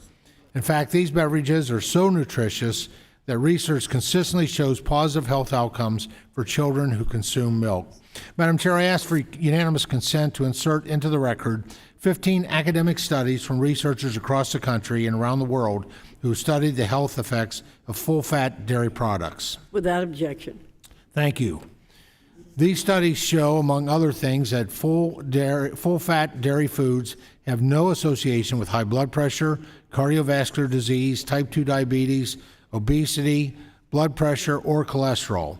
In fact, several of these studies show full-fat foods helped improve or lower negative health outcomes for children who drank more full-fat dairy beverages. I also ask for unanimous consent, Madam Chair, to insert into the record several letters of support for this legislation from the Nutrition Coalition, the International Dairy Foods Association, the Northeast Dairy Foods Association, and a coalition of more than 50 dairy producers across the country. Without objection. Thank you. With broad support across the industry and academia, we need to follow real science, not political science. It's time that we push back on the notion that federal bureaucrats know what's best for students. I'm focused on listening to the school professionals who serve our students every day and parents who are concerned about the lack of options in the school cafeteria. For our children to excel in the classroom and beyond, they must have access to more nutritious options, not fewer. The Whole Milk for Healthy Kids Act will allow schools participating in the National Schools Lunch Program to serve all varieties of flavored and unflavored milk, including whole milk. This substitute amendment provides minor technical changes to help ensure our children's food service workers have the flexibility they need in serving the students' milk at lunch. I am proud to have 106 bipartisan co-sponsors from 39 states supporting this legislation, including 22 members of this committee, as well as every student, school district, and family throughout America who will benefit from this legislation. Although there is more work to do for school meal nutrition, this change gives students access to a nutritional beverage they want and need. The bottom line is the Whole Milk for Healthy Kids Act is all about ensuring students have the necessary nutrients to learn and grow. I encourage all of my colleagues to support this legislation, and I yield back. The gentleman yields back. For what purpose does the ranking member seek recognition? Move to strike the last word. The gentleman's recognized for 5 minutes. Thank you, Madam Chair. Madam Chair, H.R. 1147 is an attempt to legislate nutrition standards and disregard evidence-based recommendations made by the dietary guidelines for Americans. The bill would allow schools participating in the National School Lunch Program to offer whole milk, violating current science-based standards to protect the health of children. Now, if this was consistent with science, we wouldn't be here. The science-based committees would have already done this. But randomized controlled studies, the strongest type of scientific evidence, have consistently shown that food high in saturated fat, including full-fat dairy studies, raises bad cholesterol known to cause heart disease. According to the National Health and Nutritional Examination Survey, 1 in 5 children aged 8 to 17 already has adverse cholesterol levels. Moreover, it's vital that any nutrition standards are guided by science, not politicians. This bill inserts Congress into a science-based process. As mentioned in my opening statement, I'm further disappointed by the majority's decision to depart from precedent by moving a child nutrition bill through the committee outside of a comprehensive child nutrition authorization. Rather than take the opportunity to holistically improve our nation's child nutrition programs, we're now prioritizing interfering with evidence-based nutrition standards. As of this morning, organizations including the American Heart Association, the Academy of Nutrition and Dietetics, the Center for Science and Public Interest, the Physicians Committee for Responsible Medicine, and the National WIC Association have expressed concerns for this bill. For these reasons, I urge my colleagues to oppose the bill and yield back the balance Gentleman, of my yield. time. Wait a minute. Bobby over I'm here. sorry, yield. I thank the gentleman, and I appreciate your recognition of science, but sometimes science, obviously, we don't always get it right, and that's what we've found in the past with the dietary guidelines for Americans. I appreciate the fact that you referenced that Dietary Advisory Committee, because I would share with you that the most recent dietary guidelines for Americans reported that more than 2/3 of school-aged children fail to meet the recommended level of dairy consumption. And a big part of that was, quite frankly, we gave them, since 2010, an awful milk experience. We're talking about 3.5% milk fat. And I was here for that 2010 debate. It's been proven since then that that was bad science and the most recent science, and I referenced those of submitting 15. There's more out there of credible research studies that show. And then our practitioners, the American Academy of Pediatrics, have stated that dairy products play an important role in the diet of children and is the leading food source of 3 of the 4 nutrients of public health concern: calcium, vitamin D, and potassium. And I think I know I'm absolutely confident you've done what I've done and what many members have done on this committee. We visit our schools. We spend time there. We spend time in the lunch line, and we look at the waste and the unopened half-pint milk containers that are discarded, the amount of food waste, and it largely is because not only have been cheating our children of the most nutritional access to the most nutritional beverage since 2010. Quite frankly, we've been contributing, in my opinion, to childhood obesity, because we're all going to drink some type of beverage, and children are going to drink some kind of beverage. And the substitute has been high sugar, high caffeinated beverages, which, quite frankly, do not have healthy outcomes. And so I appreciate your reference to the science, and this is a policy that is really has cheated our children from access to that most healthy beverage. And at the same time, it has led to economic demise in rural America, as we've seen, because of that, a loss of dairy farms and dairy herds, and quite frankly, small businesses that are in that supply chain.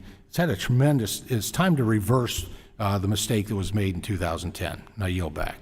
Thank you, and I thank the gentleman. And the discussion you're having is a discussion that ought to take place among scientists, not amongst politicians, and that's why I've insisted that the decision on this be made not by politicians in the legislative branch, but by experts who know what they're doing and can review the science back and forth and make the right decision based on the science. And like I said, if there was if what you said was a winning science argument, we wouldn't be here, because the scientific committees would have already ruled the right way. And so I would hope we would not adopt the bill, and I yield back. Gentleman yields back. For what purpose does Mr. Bowman seek recognition? Madam Chair, I move to strike the last word. You're recognized for 5 minutes. Thank you, Madam Chair. I speak today in opposition to H.R. 1147. We all know how important school meals are for our kids. For so many young people, the meals they receive at school are the most important, reliable source of nutritious food. It's critical that the meals we give to our kids are consistent with the latest science on nutrition, to Mr. Scott's point. School meals should be able to meet the needs of all of our kids. That requires attention to students' background and culture, their dietary needs, and the latest science on nutrition for growing young people. Currently, school meals and beverages are required to be consistent with the dietary guidelines for Americans. These are evidence-based recommendations set to provide nutritional guidance. I want to emphasize this point. These are recommendations that are based on up-to-date science. Allowing whole milk to be served to children contradicts recommendations from the DGAs, which aim to meet nutritious needs, promote health, and prevent disease. The American Heart Association, the American College of Cardiology, the Centers for Disease Control and Prevention, and the World Health Organization all agree that replacing saturated fats with unsaturated fats reduces the risk of heart disease in both children and adults.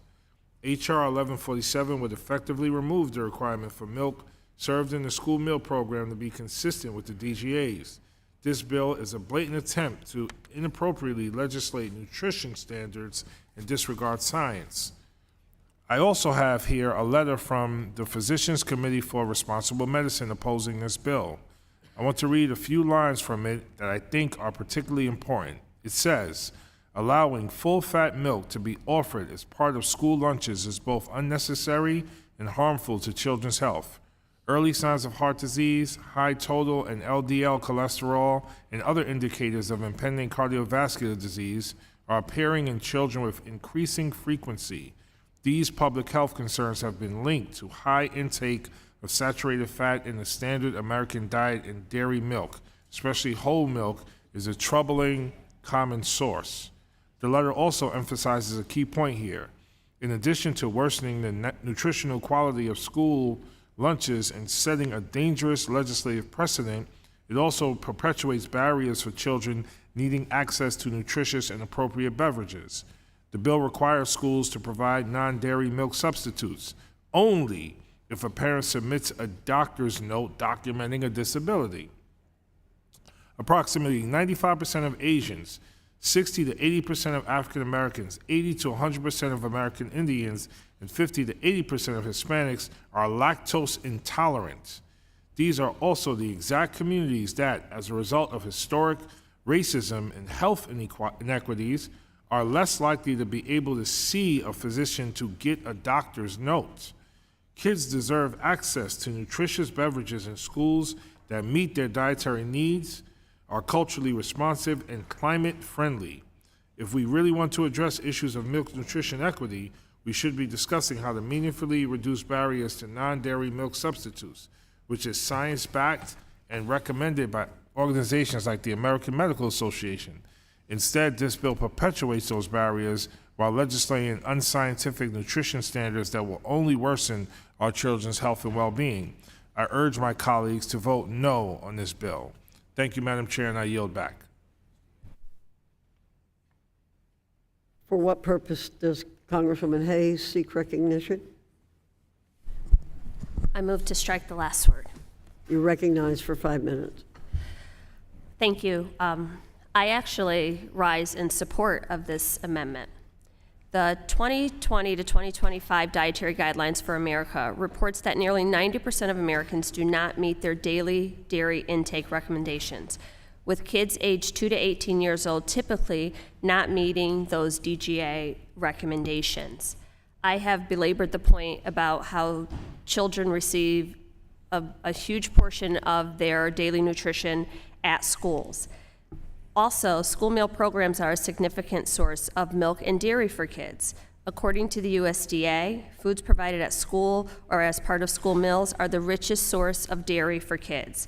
School meals provide 77% of total daily dairy intake consumption and 70% of total dairy input consumption for low-income children ages 5 to 18. But the part that sticks for me is none of this matters if kids aren't drinking the milk. We can have as many statistics, as much data on what kids need as dietary dairy intake, but if they're not drinking it, then it's all for naught. I also think it's very important to note that this is just an additional option. It's not like every milk choice is going to be replaced with whole milk. So when we give kids more options and more choices, they benefit from that. We've seen that students take less milk and throw away more milk when they don't like the way it tastes. So I support this amendment. I drink whole milk. My kids drink whole milk. We like it. I yield back. Thank you, Ms. Hayes. Dr. Adams, for what purpose did you seek recognition? Move to strike the last word, Madam Chair. You're recognized for 5 minutes. Thank you, Madam Chair. I do want to voice opposition to this legislation. It will unnecessarily add whole and reduced fat milk at school through the National School Lunch Program. According to USDA data, 1 cup of whole milk already contains around 4.5 grams of saturated fat.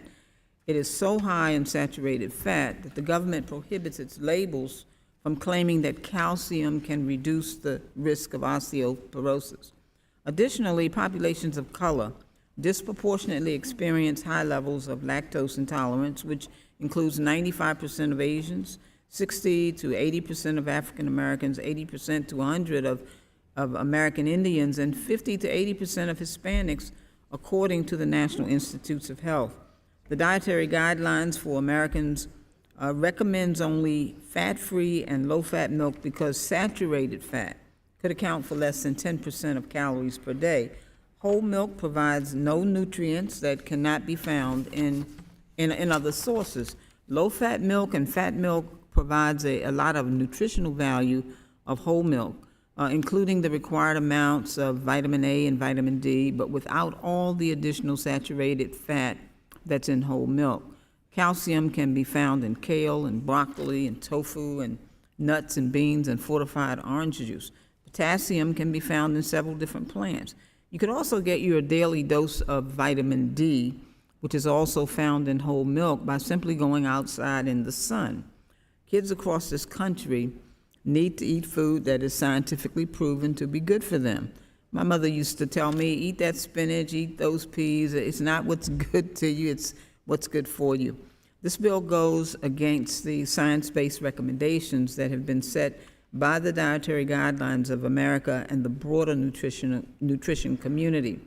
Overriding the evidence-based nutrition standards sets a dangerous precedent that could potentially reverse the years of building nutritional programs for our students and reducing the adverse health effects of diseases caused by certain eating habits. So I urge my colleagues to oppose the legislation. Thank you, Madam Chair. I yield back. The gentlewoman yields back. I yield myself 5 minutes. I resisted really talking about most of the issues this morning, but I have to say that this debate over whole milk takes the cake on our talking about what's good and bad for children. If for nothing else, the American Heart Association makes one set of guidelines, and 10 years later they say that no, those guidelines were wrong. Let's go to this. Let's go to that. I don't know of an association that's had more walking back. And I want to point out again what Mr. Thompson said earlier, because I was shocked last year when I learned that whole milk has only 3.5% fat content when we are saying to students, drink skim milk or 1% milk. Surely, to goodness, that kind of fat content is not doing the damage that some people are saying. And this Dietary Guideline Advisory Committee is just a small group of unelected, appointed people, and we want to turn children's lives over to groups like this. There's no checks and balances on this. We should be dealing with this. I yield such time as he may consume to the gentleman from Pennsylvania, Mr. Thompson, for any other comments he'd like to make. Well, I appreciate the chairwoman yielding. Obviously, clearly we allow 1% milk fat. With the support of the Secretary of Agriculture, we added 2% milk fat, and we're having this debate, and I wouldn't call it heated, but it's a little soured maybe, on 3.5% milk fat. And yeah, if you have Jersey cows, you may be lucky enough to get over 4% milk fat. Makes great milkshakes, right? But it's not the type that's usually used in preparing milk for those half pints for our students. And I appreciate Jill A. from Connecticut's support, and she made a great point. We're not force-feeding anybody anything. We're providing children options. You know, they already today, by omission, have the option of, when they're not drinking milk, depending on the school, what beverages they may have available, either at the counter or quite frankly, in a vending machine or a snack bar of highly caffeinated, high sugar beverages. And so that's what we're turning our kids over to. We've given them, we've really ruined an entire generation of milk drinkers. And we've really cheated them out of access to the most nutritional beverage. And the gentle lady from Florida, I really appreciate her talking about, how there is value in the 1%, 2%, there's nutrition that they can get. Well, it's because of the milk fat. It's the milk fat, which is the vehicle that delivers the nutrition. I think we can actually take a step today by passing this, that we can improve the nutritional status of our children going forward. Because if we give them a good milk experience, and they don't have to drink it, as the gentle lady from Connecticut pointed out, and in the bill it talks about the range of different milk-related alternatives that are there, and that doesn't change that. But I would argue, and I think pretty convincingly, that we will see a reduction in somewhat, I don't know to what degree, of childhood obesity. As we get them to drink a beverage, which, by the way, studies have shown to be an effective drink for dieting because of how satisfying it is. You don't go back for a second glass, where you may for some other heavy sugar caffeinated beverage. And so there's the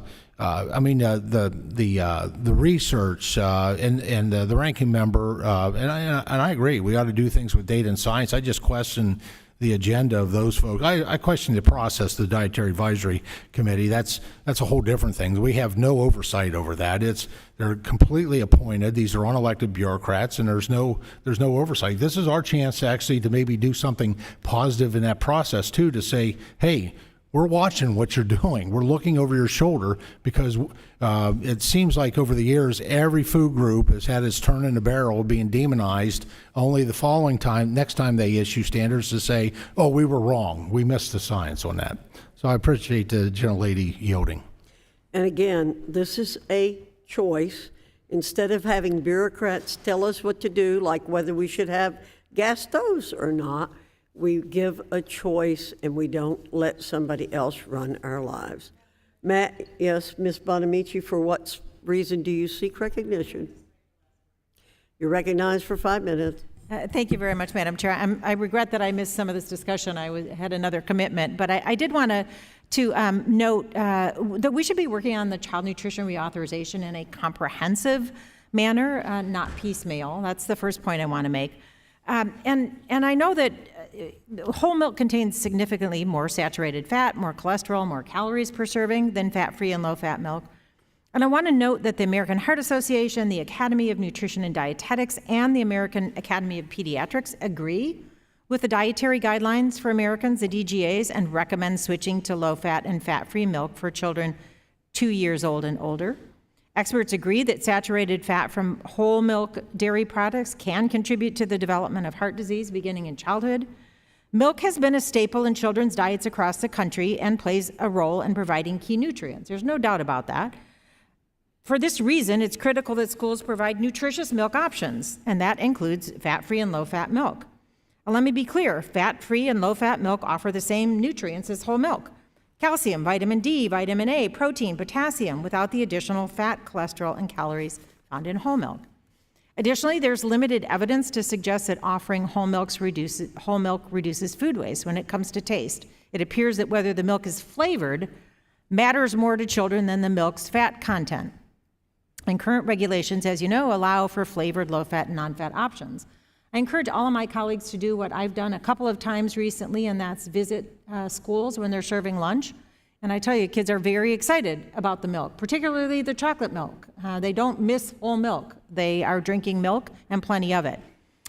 HR 1147 simply fails to recognize the science and the evidence-based research that support a healthy diet for children. Would diabetes continue to surge in young people? I do urge this committee to make our decisions based on science and vote no on this bill, and let's work together on a comprehensive child nutrition reauthorization. Thank you, Madam Chair, and I yield back.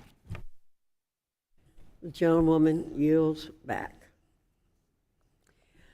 There being no further discussion on the amendment in the nature of a substitute, committee will move to consideration of amendments. There being no further debate on the amendments in the nature of a substitute, the question is on the amendment in the nature of a substitute. All in favor say aye. Aye. All opposed, no. In the opinion of the chair, the ayes have it, and the amendment in the nature of a substitute is agreed to. The committee will now proceed. Madam Chair, I asked for a recorded vote. A recorded vote. Is this the motion to report? Madam Chair, I withdraw that request. What I thought. Okay. The committee will now proceed my to the head. consideration of the Bill H.R. 2813 for amendment. The bill was circulated in advance and printed copies are available. The clerk shall designate the bill.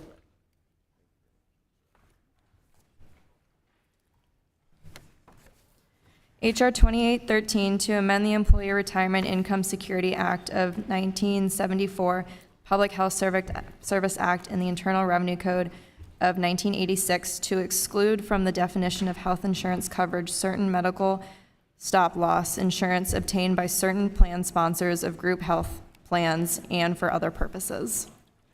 Without objection, the bill be considered as read and open for amendment at any point, and any amendment offered shall be considered as read. I now recognize Mr. Good to offer an amendment in the nature of a substitute. The clerk shall designate the amendment in the nature of a substitute. Amendment in the nature of a substitute to H.R. 2813 offered by Mr. Good of Virginia, identifier SIPA_ANS. Without objection, the amendment shall be considered original text for purposes of further amendment. The amendment in the nature of a substitute has already been distributed. I now recognize Mr. Good for 5 minutes to explain the amendment in the nature of a substitute. Thank you, Madam Chairwoman. This amendment in the nature of a substitute makes technical corrections to the bill and ensures that small businesses can maintain access to a critical tool that allows for self-insurance. Self-insured health care plans give employers more choices to create and tailor health plans that best meet the needs of their employees. Self-insured plans are widely popular, as demonstrated by the fact that 65% of workers in 2022 were enrolled in self-insured plans. Small and mid-sized businesses are turning to self-insured plans because of the flexibilities they provide in offering high-quality health care coverage at an affordable cost to employees. Stop-loss insurance is a critical component of an employer's ability to successfully self-insure. Most employers choose to purchase stop-loss insurance to manage financial risk, shielding them from potentially catastrophic medical claims that could sink their businesses. Unfortunately, though, liberal bureaucrats have threatened to regulate stop-loss insurance into non-existence. The Obama administration threatened to regulate stop-loss as traditional health insurance, a move that would make self-insurance unviable for small businesses and force individuals onto the Obamacare exchange, which of course is the ultimate dream of the left. Self-insurance is a threat to the Obamacare exchange because it offers choice to employers and employees. Additionally, some state laws unfairly limit small businesses from accessing the self-insured market based solely on the size of their operations. But small employers should have the right to access self-insured plans in the same way that large employers do. And my bill protects stop-loss insurance from overregulation at the federal and the state level. My bill fights back against the Medicare for All mentality that thinks that business owners are too dumb or too inconsiderate to provide quality health care coverage for their employees. Small businesses and their workers need the Self-Insurance Protection Act to protect their ability to self-insure and to access stop-loss insurance. This bill helps give small businesses the ability to try to continue offering affordable coverage to their employees. So I hope that all of my colleagues will support this effort to give employers the tools they need to provide quality benefits to their employees, and I yield back. The gentleman yields back. Are there any members who wish to be recognized for further discussion on the amendment in the nature of a substitute? Mr. Scott, for what purpose do you seek recognition? Madam Chair, I move to strike the last word. You're recognized for 5 minutes. Madam Chair, the Self-Insurance Protection Act would undermine the historic progress we've made under the Affordable Care Act. Like proposals to expand associated health plans, it would create loopholes that would leave most consumers worse off while raising costs throughout the broader insurance market. Stop loss is a form of insurance that sponsors of self-help group health plans may wish to purchase in order to mitigate the financial risk of expensive health claims. It is not inherently problematic when used for this limited purpose, but so long as it is subject to robust oversight by state insurance officials and strong consumer protection laws.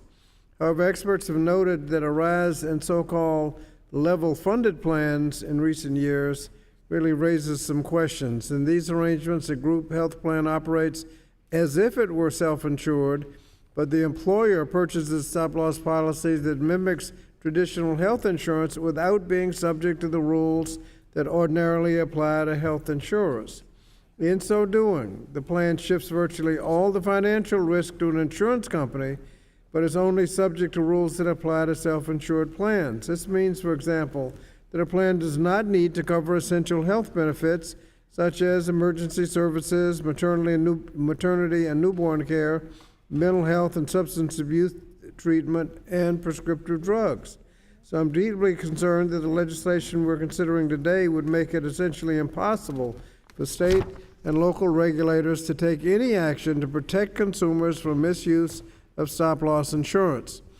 H.R. 2813 would exclude stop-loss from the definition of health insurance coverage under federal law. This would have little immediate effect because stop-loss is not currently considered health insurance, but the impact could be felt in the future if the Department of Labor determines that regulations are needed to rein in health insurance that masquerades as stop-loss.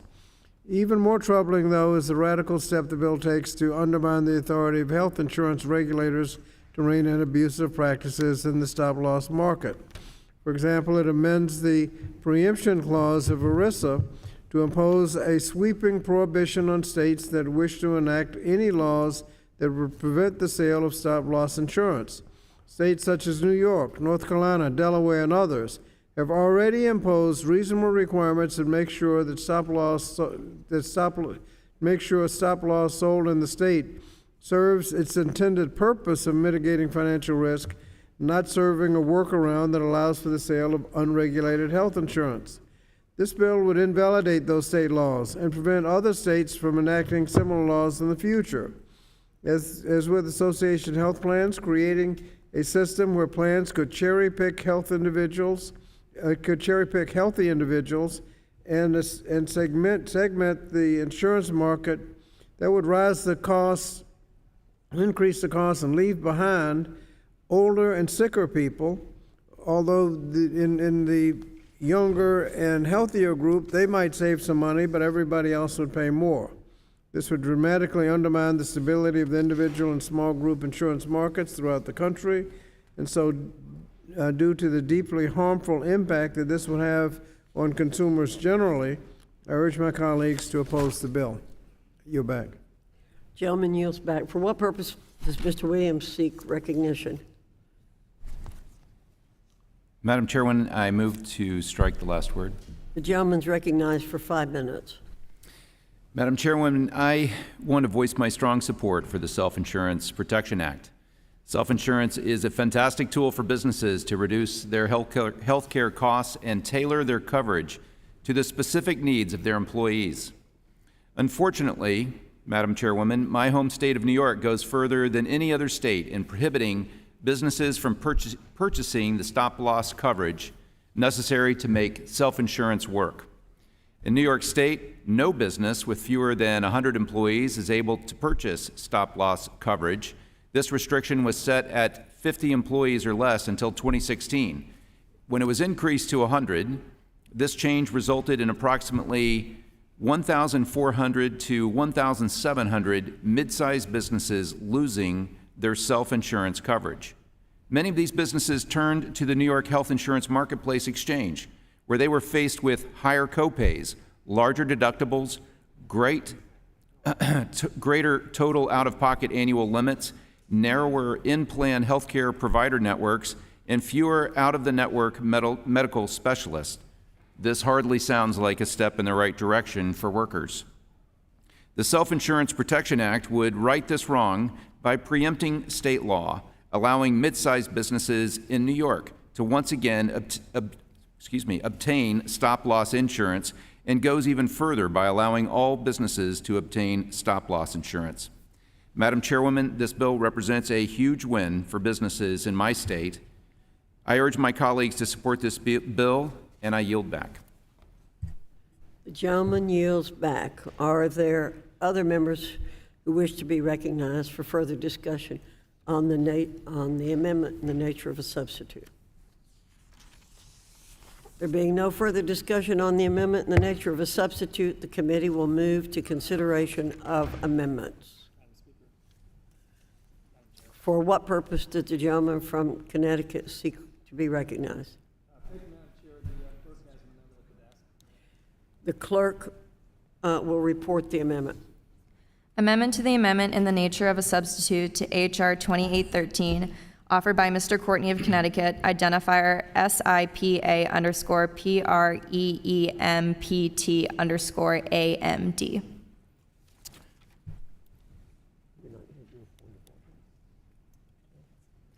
The gentleman from Connecticut is recognized for 5 minutes in support of the amendment. Thank you, Madam Chair. And this is a very simple amendment. It strikes Section 4.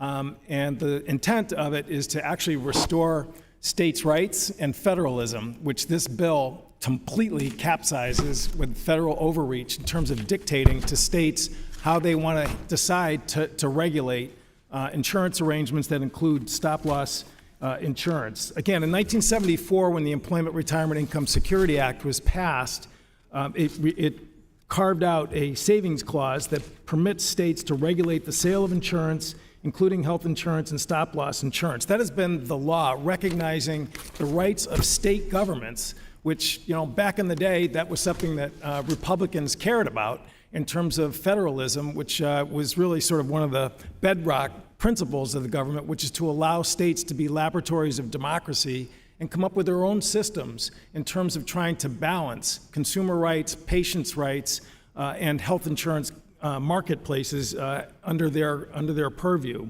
Again, what this bill does, and again, I at least congratulate the proponent and some of the supporters, is they just, again, brazenly state that it's going to take away from states the ability to make their own decisions in terms of how they regulate state health places, state health insurance marketplaces.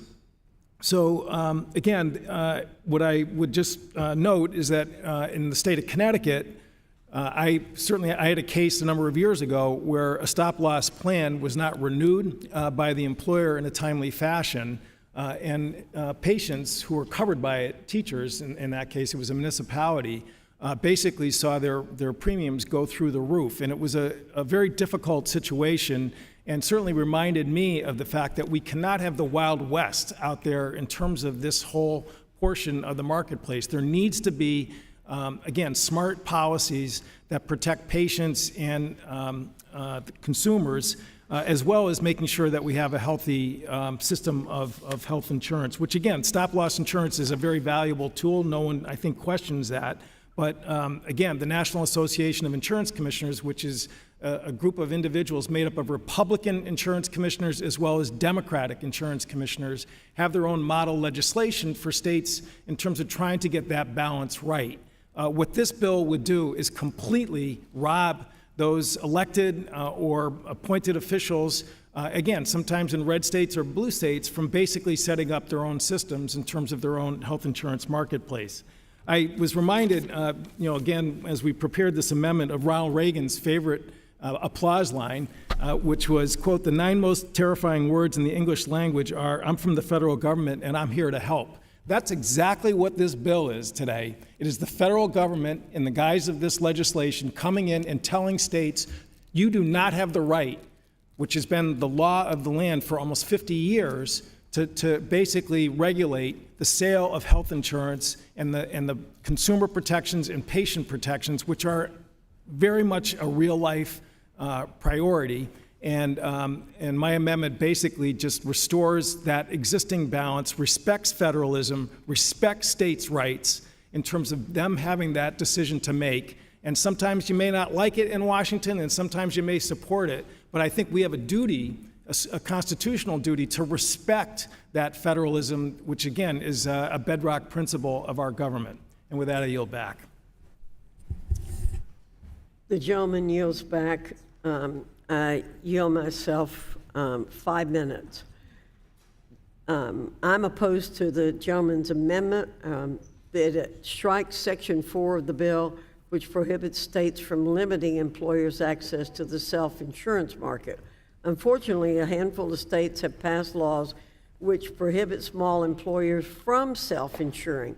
Many employers choose self-insurance because they can customize their plans to their workforce and lower premiums. It's a valuable choice which should be accessible to small and large employers alike. As healthcare costs increase and more expensive prescription drugs come to market, stop-loss insurance is needed now more than ever. One catastrophic claim could bankrupt a small business. Without access to this tool, small businesses cannot take on the financial risk of today's healthcare market. The New York State Association of Health Underwriters said in a letter regarding New York's prohibition on stop-loss sales to businesses with under 100 employees, quote, "Some groups have already lost their employer-provided health care coverage altogether and have had to go into the New York Health Insurance Marketplace Exchange to obtain coverage, only to find that their new coverage has higher copays, larger deductibles, greater total out-of-pocket annual limits, narrower in-plan health care provider networks, and fewer out-of-network medical specialists." It's clear as day that this amendment would increase costs for workers, limit their coverage choices, and force many to purchase plans on the ACA exchanges. For these reasons, I urge my colleagues to vote no on the amendment and yes on the Self-Insurance Protection Act.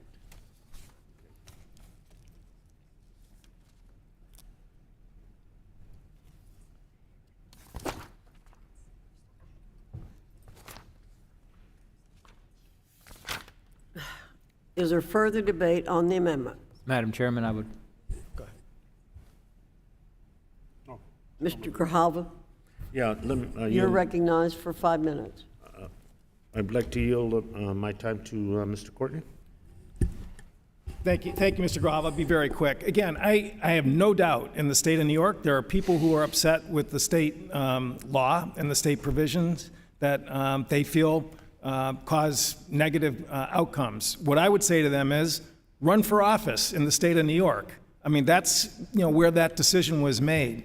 What this bill proposes to do is to say that the voters of the state of New York, the elected officials of the state of New York who passed X, Y, and Z law is going to be basically brushed aside because we know better here in Washington how to basically decide the question that was done through duly democratic processes that, again, it used to be that the Republican Party not only respected but touted as the preference in terms of having decisions made closest to localities and to the people.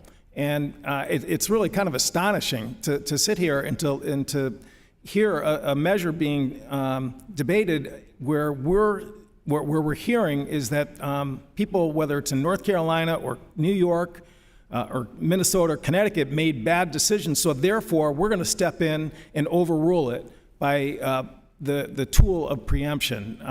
Again, I think that people really should take a moment here and reflect on the bigger picture in terms of what's happening with this measure and vote yes on this amendment. I yield back. I yield back, Madam Chair. Thank you, Mr. Grijalva. Any further debate on the amendment? Madam Chairman, yes, I would like to. Mr. Good, you're recognized for 5 minutes. Thank you. I move to strike the last word. You're recognized for 5 minutes. I oppose this amendment, which would significantly diminish the power of my bill to protect access to stop-loss insurance. The language in my bill is a measured check on states' regulatory power that is consistent with ERISA standards. My bill simply means that a state can't prevent access to stop-loss insurance. Sadly, there are examples of states that are trying to prohibit small businesses from having access to this key element of successful self-insurance. For example, New York has a flat-out prohibition on the sale of stop-loss policies to groups under 100 people. Small businesses, however, are precisely the group that needs stop-loss policies because they are most at risk from a catastrophic medical claim that would break their budget. If this language is removed, it will allow states to follow in the vein of the Obama administration and try to regulate stop-loss insurance into oblivion. So I urge my colleagues to oppose this amendment, and I yield back. Gentleman yields back. The question is on the amendment by the gentleman from Connecticut. All in favor say aye. Aye. All opposed say no.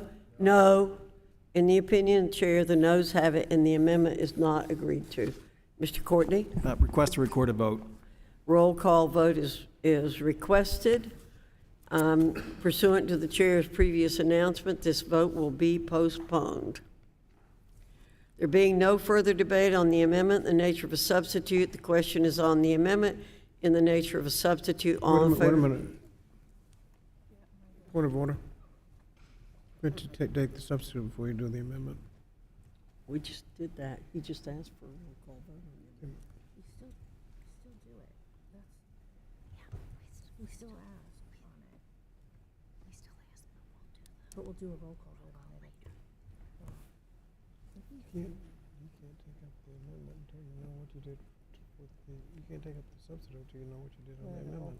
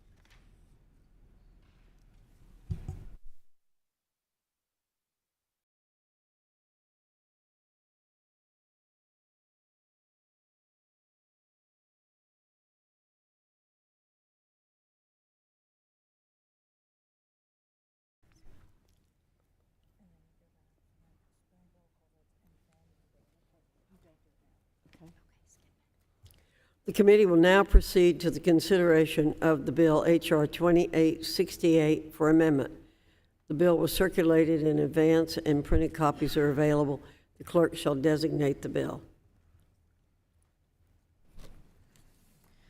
H.R. 2868 to amend the Employee Retirement Income Security Act of 1974 to clarify the treatment of certain association health plans as employers and for other purposes. Without objection, the first reading of the bill is dispensed with. Without objection, the bill will be considered as read and open for amendment at any point, and any amendment offered shall be considered as read. I now recognize Mr. Wahlberg to offer an amendment in the nature of a substitute. The clerk shall designate the amendment in the nature of a substitute. Amendment in the nature of a substitute to H.R. 2868 offered by Mr. Wahlberg of Michigan, identifier AHP_ANS. Without objection, the amendment shall be considered original text for purposes of further amendment. The amendment in the nature of a substitute has already been distributed. I now recognize Mr. Wahlberg for 5 minutes to explain the amendment in the nature of a substitute. Madam Chair, thank you. When I meet with small business owners, one of their biggest concerns is the cost of health care. With persistent inflation, a need for skilled workers, and supply chain problems, owning and operating a business is challenging enough without having to worry about finding health care coverage that doesn't break the bank. The Association Health Plans Act is the solution, I believe.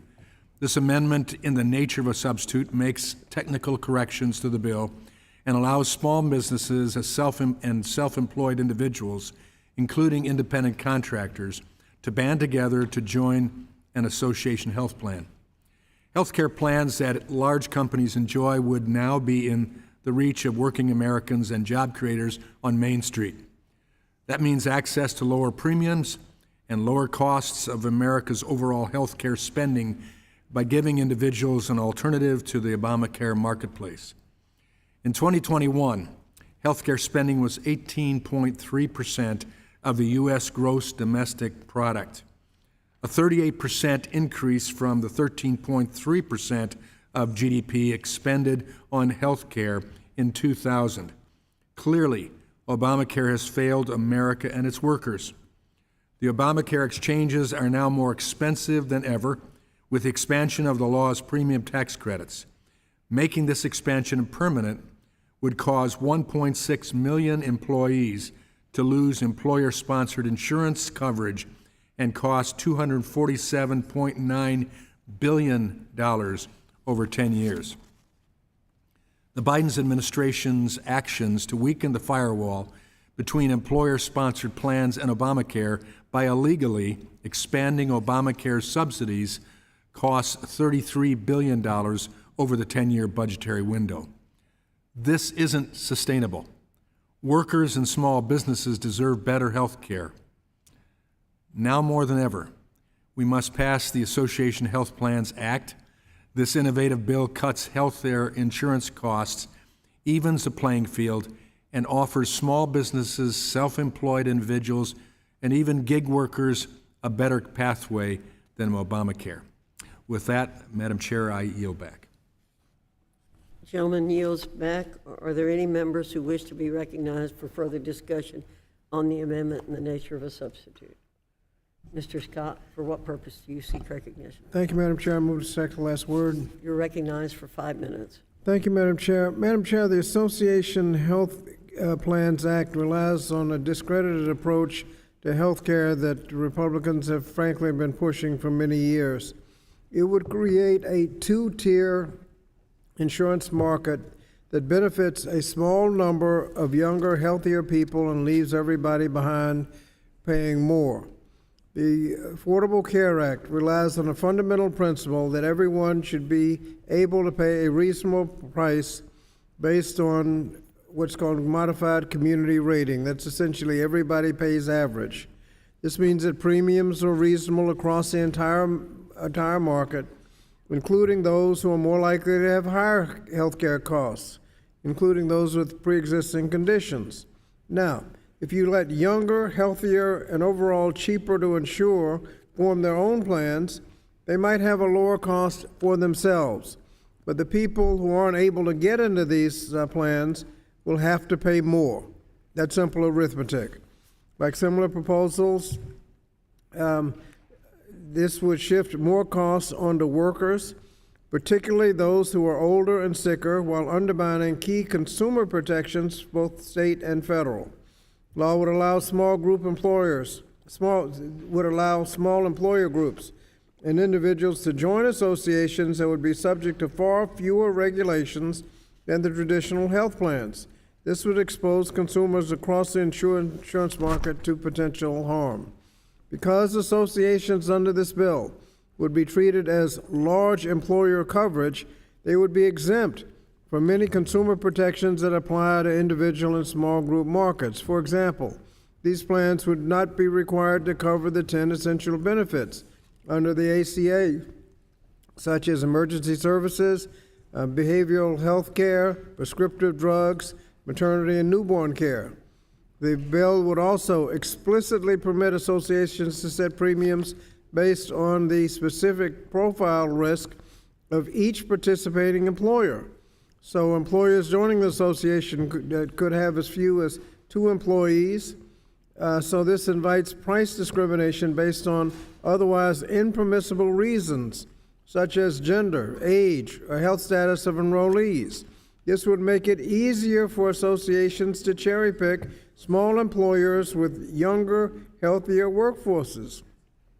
Small employers whose workers are older and sicker could get priced out and would have to remain in the traditional market where they would see their health premiums increase.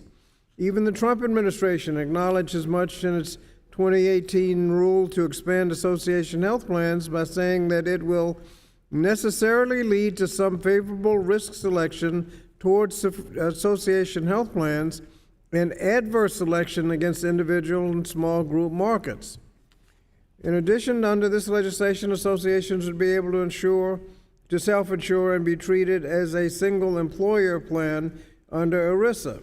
This would allow them to completely circumvent oversight by state insurance regulators, including rules that ensure that these plans are not subject to abusive practices that lead to fraud and insolvencies. The risks are real. Similar arrangements, known as multi-employer welfare arrangements or MIWAs, are frequently underfunded and far more likely to become insolvent than traditional plans. Just last month, a federal court in Illinois approved a plan to distribute assets to people harmed by a MIWA that failed to pay $54 million in promised health care claims. Association plans under this bill would be even more at risk of fraud and insolvencies that would leave consumers, doctors, hospitals, and health clinics holding the bag. In short, this bill is a misguided legislation that would raise costs for those left behind, pose grave risks for the broader healthcare system, and remove consumer protection for those in the program. So I urge my colleagues to oppose the legislation and yield back the balance of my time. Gentleman yields back. For what purpose does the gentleman from Georgia seek recognition? Madam Chair, I move to strike the last word. Gentleman's recognized for 5 minutes. Thank you, Madam Chair. Right now, private health insurance in this country is virtually non-existent, as the government is currently driving all health care decisions. This is why it is so critical to build out our private health insurance system and lower costs for Americans by giving employers the tools they need to provide quality health coverage for their employees. We do this with general liability insurance in our own business. We have co-ops to reduce costs. It's made us a much safer company. And when we reduce costs, we are able to pass those savings on to the consumer. As a small business owner, I was fortunate to be able to offer my employees private health insurance without having to send them to the ACA exchange, and I understand how much employers want to be able to offer their employees quality health coverage at a low cost. Unfortunately, many small businesses lack the economies of scale needed to negotiate lower prices with insurance companies. My work last Congress on the Healthy Future Task Force Affordability Subcommittee was centered around providing high-quality, affordable, and personalized health care for workers and their families, and providing innovative solutions such as association health plans so that more small businesses can offer health care benefits. That is why I was proud to become an original co-sponsor of the Association Health Plans Act, which will help remove barriers for employers, especially small businesses, and allow them to band together in association plans to lower their costs. You know, I asked my colleagues, you gave unions the waiver. This legislation will also expand association health plans by allowing self-employed individuals to participate in an ERISA-covered health plan. I encourage all my colleagues to vote in favor of this legislation to expand association health plans for small businesses and the self-employed, and with that, I yield back. Gentleman yields back. Are there any members who wish to be recognized for further discussion on the amendment and the nature of a substitute? Mr. Good, you're recognized for 5 minutes. Thank you, Madam Chairman. I support the Association Health Plans Act because it provides a flexible and affordable option for health insurance. These plans allow Americans to save up to 50% on health care costs by allowing small businesses to band together to offer lower cost health insurance like larger employers are able to do.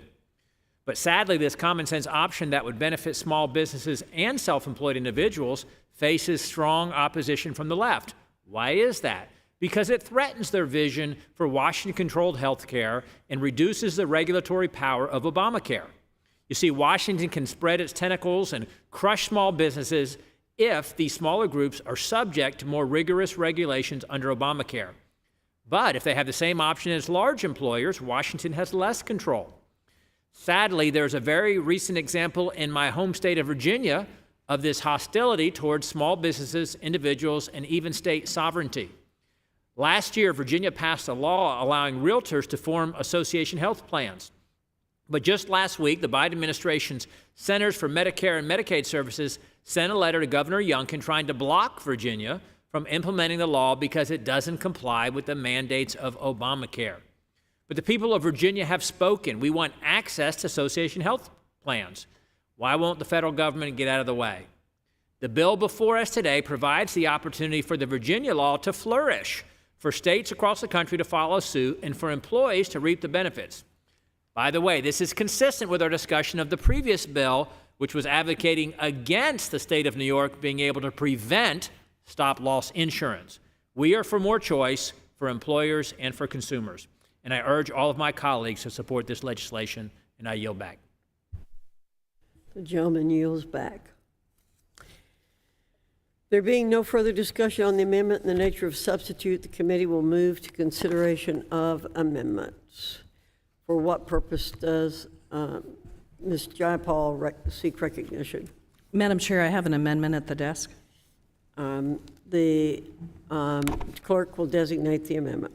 Amendment to the amendment in the nature of a substitute to H.R. 2868, offered by Ms. Jayapal of Washington, identifier AHP_maternity_AMD. The gentlewoman is recognized for 5 minutes in support of the amendment. Thank you, Madam Chair. This bill rolls back the historic progress of the ACA by facilitating the growth of association health plans, often called junk health plans. Association health plans would be exempt from the requirement to cover essential health benefits like mental health, hospital services, prescription drugs, and pregnancy and newborn care. My amendment would simply require that association health plans cover prenatal, childbirth, postpartum, and newborn care. If this bill were enacted without my amendment, these association health plans would not be required to cover any costs of care during pregnancy, childbirth, or infancy. We have a maternal mortality crisis in the United States, with maternal mortality rates in our country more than 3 times greater than other similar countries. This is a health equity crisis, too, because Black pregnant people are 3 to 4 times more likely to die from pregnancy-related causes than white pregnant people. Passage of this bill without my amendment would only make it worse. If a person became pregnant while enrolled in an association health plan that does not cover pregnancy and newborn care, they would face huge medical bills and worse health outcomes. Health costs associated with pregnancy, childbirth, and postpartum care cost an average of $18,865 without insurance coverage. If an infant needs care in the neonatal intensive care unit, it would cost an average of $3,500 per day. Pregnant people in association health plans could be fully responsible for these costs while also paying premiums and copays for all other needed medical care. Aside from giant medical bills, pregnant people without health coverage for prenatal care receive fewer prenatal services than their insured counterparts. They report greater difficulty in obtaining needed care, and they have poorer health outcomes during pregnancy and delivery. Newborns without health coverage are more likely to have adverse outcomes like low birth weight and death than insured newborns. Health coverage for pregnancy, childbirth, postpartum, and newborn care are proven to reduce both maternal and infant mortality. Specifically, expansion of Medicaid under the ACA resulted in a decrease in maternal mortality of roughly 18% due to expanded prenatal care. Similarly, newborns with health coverage are over 2 times less likely to die than their uninsured counterparts when hospitalized. Supporters of association health plans may claim that the free market will lead most plans to cover pregnancy and newborn services without a statutory requirement.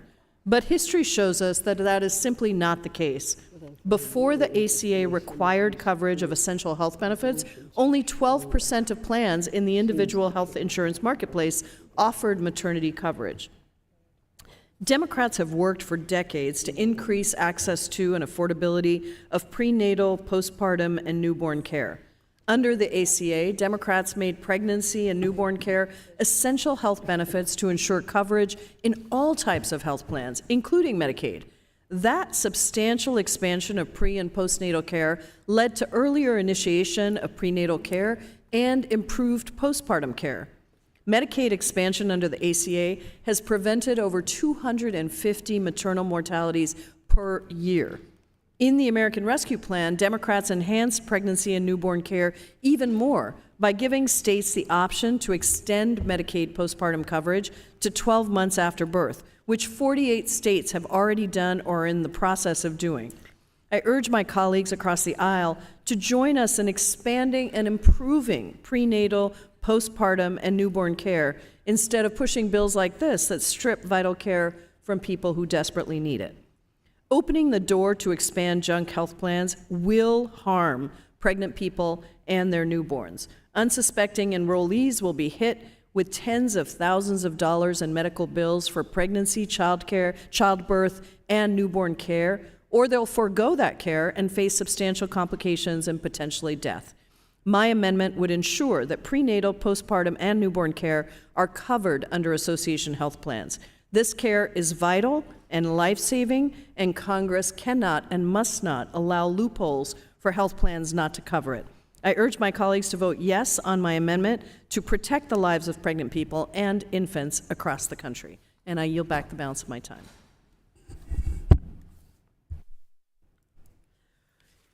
I yield myself 5 minutes. This amendment is disingenuous, unnecessary, duplicative, and I urge my colleagues to vote no on the amendment and yes on H.R. 2868. Association health plans, like all large employer plans, are required to cover preventive health services without cost sharing as mandated by the Affordable Care Act. This requirement includes covering women's preventive health services without cost sharing. In addition, all AHPs are required to cover pregnancy-related conditions and coverage of a minimum hospital stay after childbirth as mandated by the ACA. Title VII of the Civil Rights Act requires all plans, including AHPs, to cover pregnancy, childbirth, and related conditions in the same manner as they cover other medical conditions.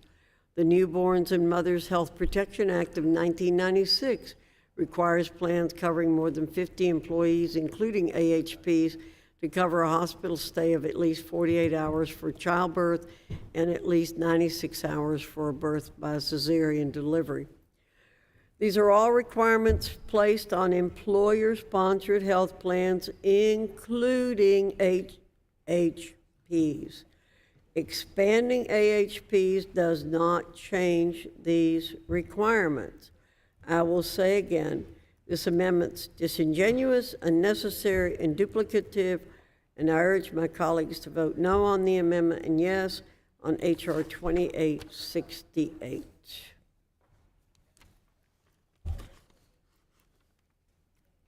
Do other persons wish to speak on the amendment? There being no one wishing to speak on the amendment, I now call for a vote on the amendment in the nature of a substitute. All those in favor say aye. I'm sorry, on your amendment, I apologize. On the Jayapal amendment, all those in favor say aye. Aye. Those opposed say no. No. So the amendment is not agreed to. Ms. Jayapal requests a recorded vote. Recorded vote will be delayed.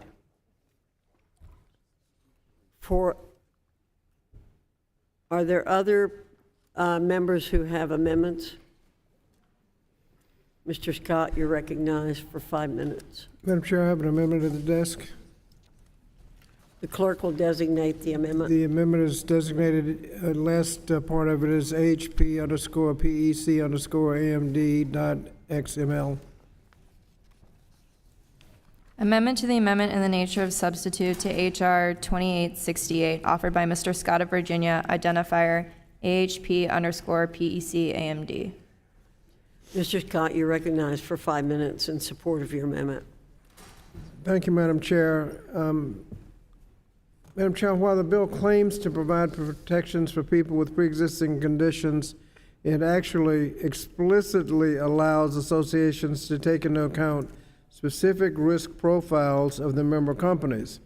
The so-called risk profile of member companies is another way of saying that associations can charge employers with workers who cost more to cover, such as women, older people, people with chronic illnesses and pre-existing conditions, and people with disabilities can charge them more. In essence, this bill would undercut the pre-existing conditions protection provided for in the bill. It would allow associations to engage in the very price discrimination that we've been working to eliminate with the enactment of the Affordable Care Act. Now, I'm concerned that it would have an impact on premiums across the market, especially for people with pre-existing conditions. When the ACA was enacted, the guiding principle was that people should pay roughly the same amount for insurance regardless of whether they have a pre-existing condition. When associations were allowed to raise premiums based on risk factors of participating employers, only employers with healthier workers can participate. Those who are left behind, like those with pre-existing conditions, will see their costs increase. This amendment would simply ensure that people with pre-existing conditions are held harmless by preventing the bill from going into effect if it causes premiums of those with pre-existing conditions to increase. Now, if associations can form and exist without wreaking havoc and increasing premiums on those who aren't lucky enough to be in one, then the bill will not have any impact. And if the supporters do not think those with pre-existing conditions will pay more, then they should not be afraid of this amendment. However, if the Department of Labor ascertains that the bill would drive up premiums for people with pre-existing conditions, then the bill would have no effect. I urge my colleagues to support the amendment, and I yield back the balance of my time.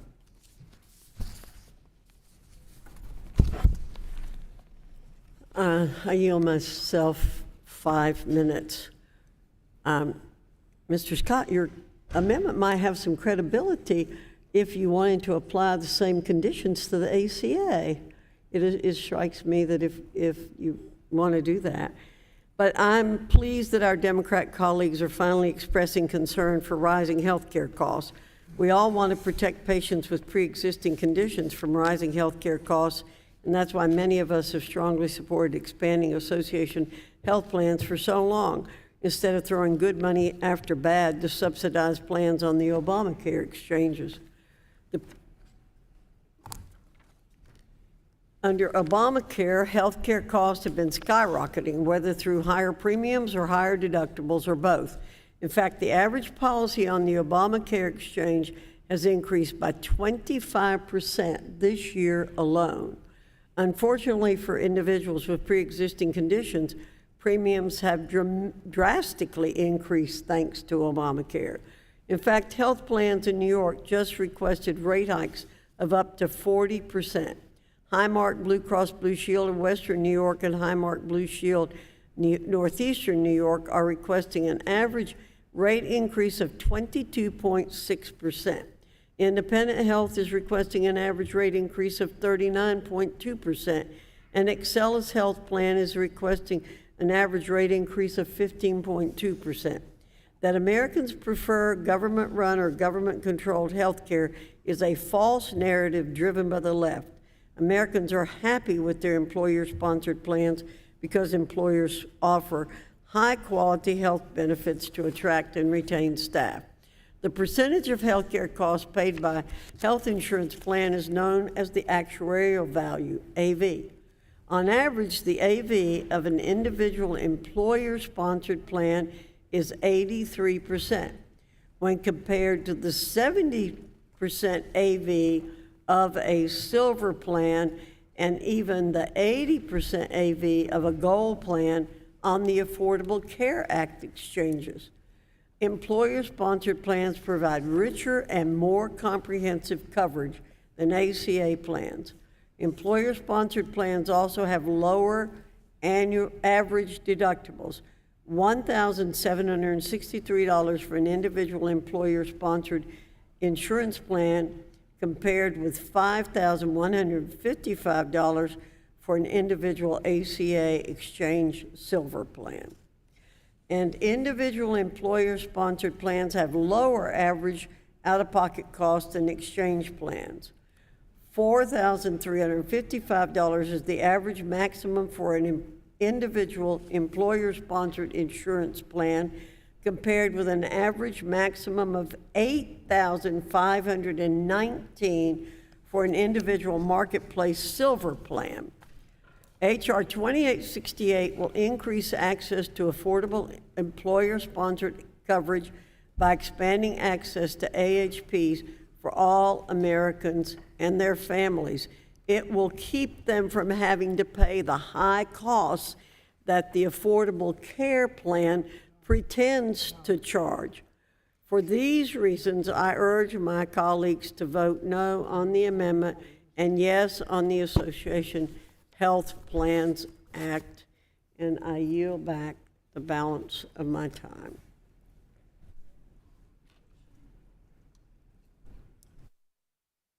Seek recognition. Don, can you get time?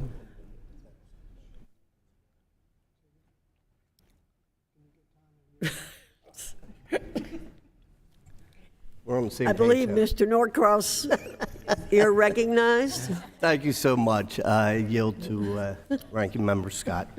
Thank you. I just make a couple of points. The protection for those with pre-existing conditions does apply to people on the Affordable Care Act. In fact, that's the main benefit, that even those with pre-existing conditions pay the same price as everybody else. You're not punished for having a pre-existing condition. And frankly, notwithstanding the increases, it hasn't affected what people are paying, because people are paying a percentage of their income on the Affordable Care Act. So if you're making less than about $150,000, you'd be paying the same as you were paying last year, unless your income went up. And finally, the employer-sponsored plans, you have to cover all of your employees. You can't cherry pick and just insure the healthy people in your company. You've got to insure everybody. Under these association plans, you can pick and choose who you're going to cover, and that's why the effect on those with pre-existing conditions is so severe, because those businesses with a sick person in their company aren't going to be picked.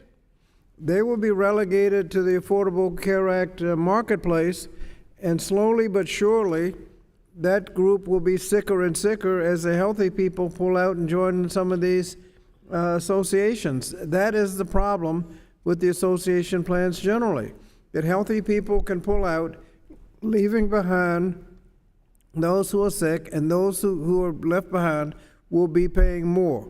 Now, if that's not the case, then pass the amendment, because that way, those with pre-existing, it just says if people with pre-existing conditions aren't paying more, then there's no problem. If they are going to pay more, then the bill can't go into effect.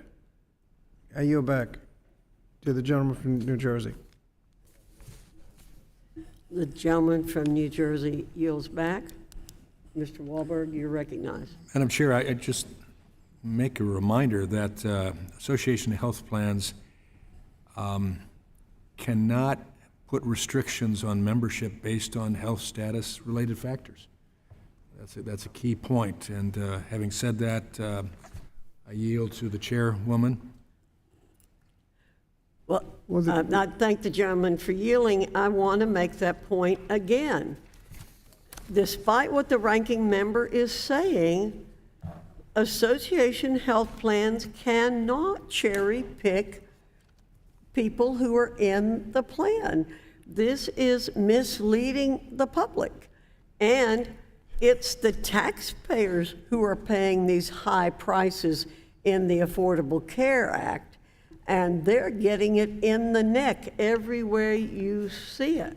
And as I said to you before, you want to put restrictions on the Association Health Care Act, then let's put them on Obamacare. You can't raise the rates there. And the rates, I've read the rates earlier on what's happening with Obamacare. They're through the roof. The only complaints I get in my office are from people who are being forced on Obamacare. They were sold a bill of good that this was, quote, an Affordable Care Act. It is not affordable when you compare it to employer-sponsored care. I will say it again. Employer-sponsored plans have lower average deductible, $1,763 compared to $5,155 for an individual ACA silver plan. Employer-sponsored plans have lower average out-of-pocket costs than exchange plans, $4,355 compared to $8,519 for an individual marketplace silver plan. Again, that's the only thing I ever get complaints about is those forced on the exchange.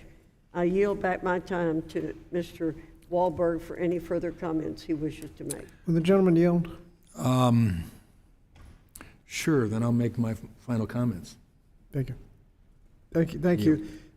First of all, I think we have to acknowledge that healthcare costs have been going up for decades. Obamacare hasn't dealt with that, but for Obamacare, people would actually be paying all of those increased payments, but under Obamacare, they pay a percentage of their income, and that has actually been going down as a result of the American Rescue Plan Act.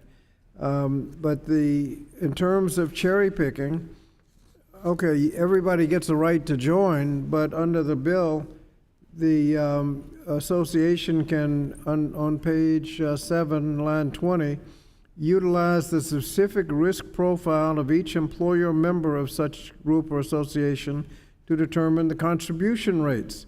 In other words, you can charge each different employer in the association different rates based on its profile. If you got older workers, you can charge them more. If they got people who are sick, you can charge them more. If you have people with pre-existing conditions, you can charge them more.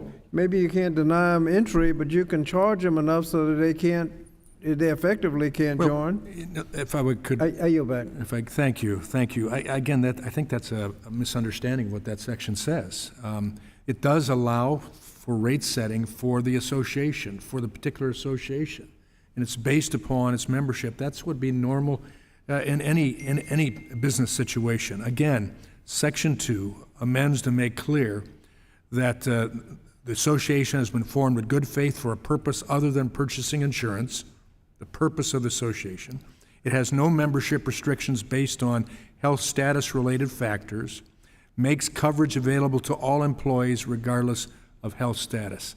I think that's clear, and I think it makes a good plan that can give people the option that don't have the benefit of being in large corporations. I yield back. Would the gentleman yield me this 30 seconds? I would yield to my chair. I think, again, what association health plans point out, the friends on the other side of the aisle do not want people in control of their own insurance. They want a single payer plan, the government in control, and not allowing people to control their own health insurance or any parts of their lives.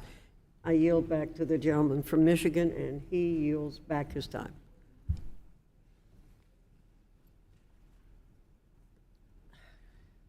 Does anyone else seek recognition on the amendment from the gentleman from Virginia? All time for debate has expired. Those in favor of the amendment from the gentleman from Virginia will say aye. Aye. And those opposed say no. No. In the opinion of the chair, the noes have it. I ask for a recorded vote. Gentlemen request a recorded vote. I was shocked. The vote will be handled after the votes that I believe have been called for. Does any other member have an amendment? Mr. Norcross, you're recognized. I have an amendment at the desk. The clerk will designate the amendment. Amendment to the amendment in the nature of a substitute to H.R. 2868 offered by Mr. Norcross of New Jersey, identifier AHP_M Health_AMD. The gentleman from New Jersey is recognized for 5 minutes to explain this amendment. Thank you, Chairwoman. Appreciate it. We have an unprecedented mental health crisis in this country. There's no debate on that.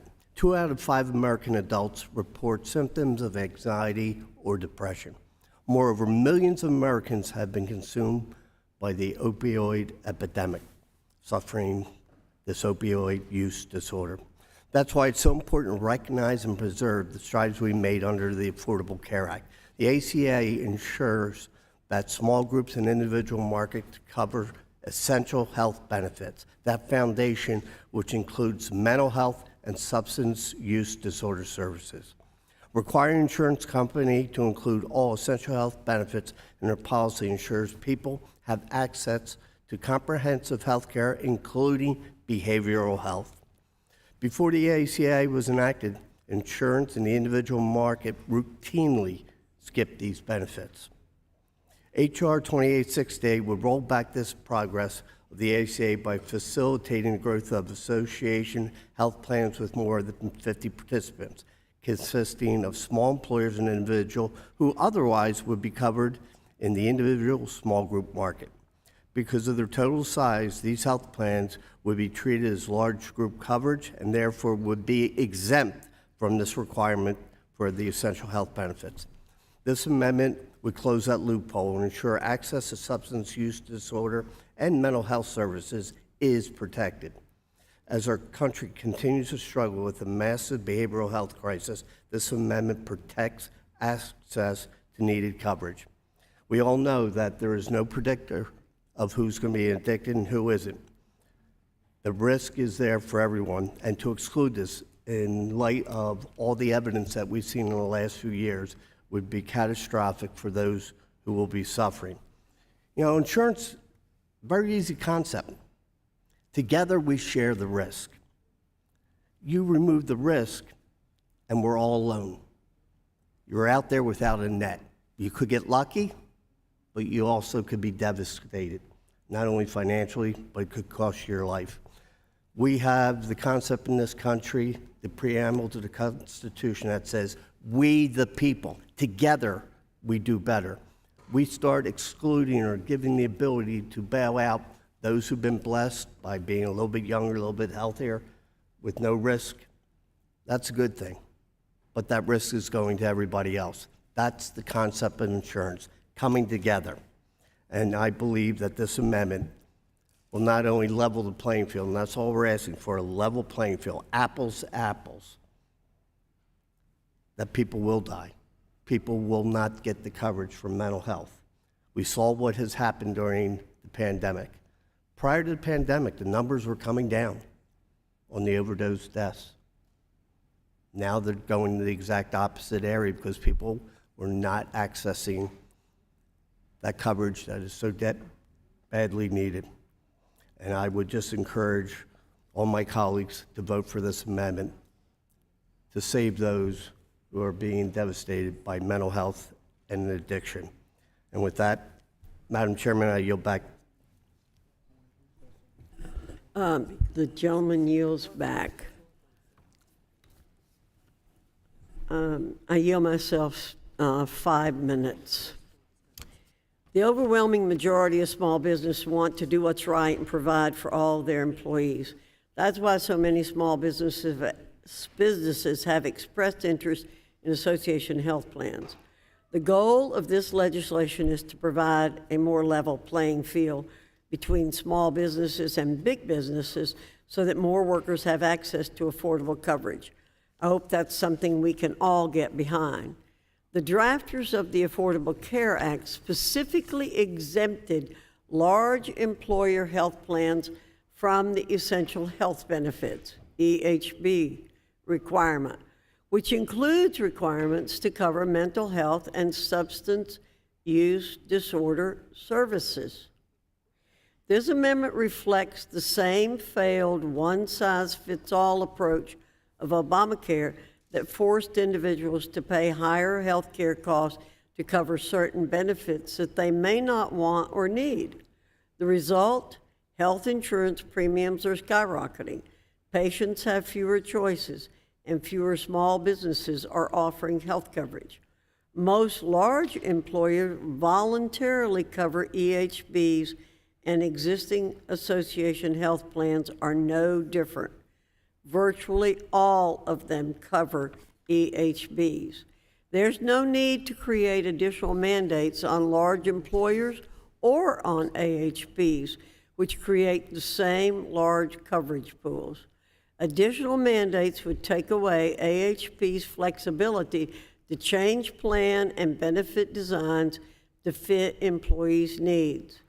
The American people are looking for a better way on health care, and that's exactly what the Association Health Plans Act will deliver.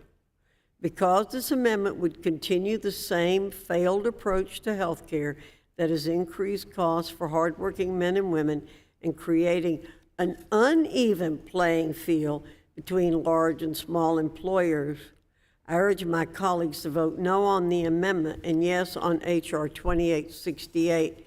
So as we often have different points of view on what's a level playing field, I think this is a bad amendment. You know, today we've had a lot of discussions about fairness and other issues, and I think this is another example, again, of a distortion of what is a level playing field. I yield back the balance of my time.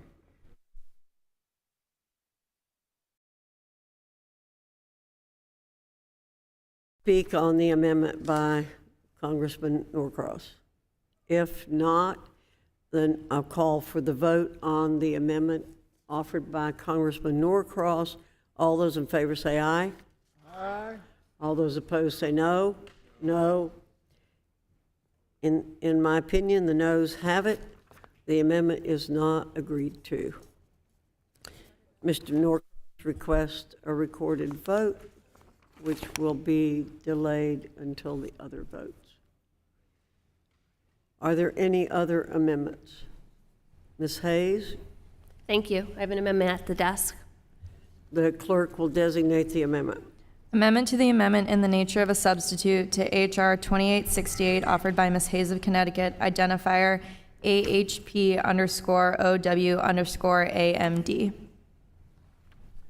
Ms. Hayes, you're recognized for 5 minutes to explain your amendment. Thank you. Association health plans have a long, well-documented history of cutting costs for themselves by cherry-picking the people they can cover more cheaply and leaving everyone else behind.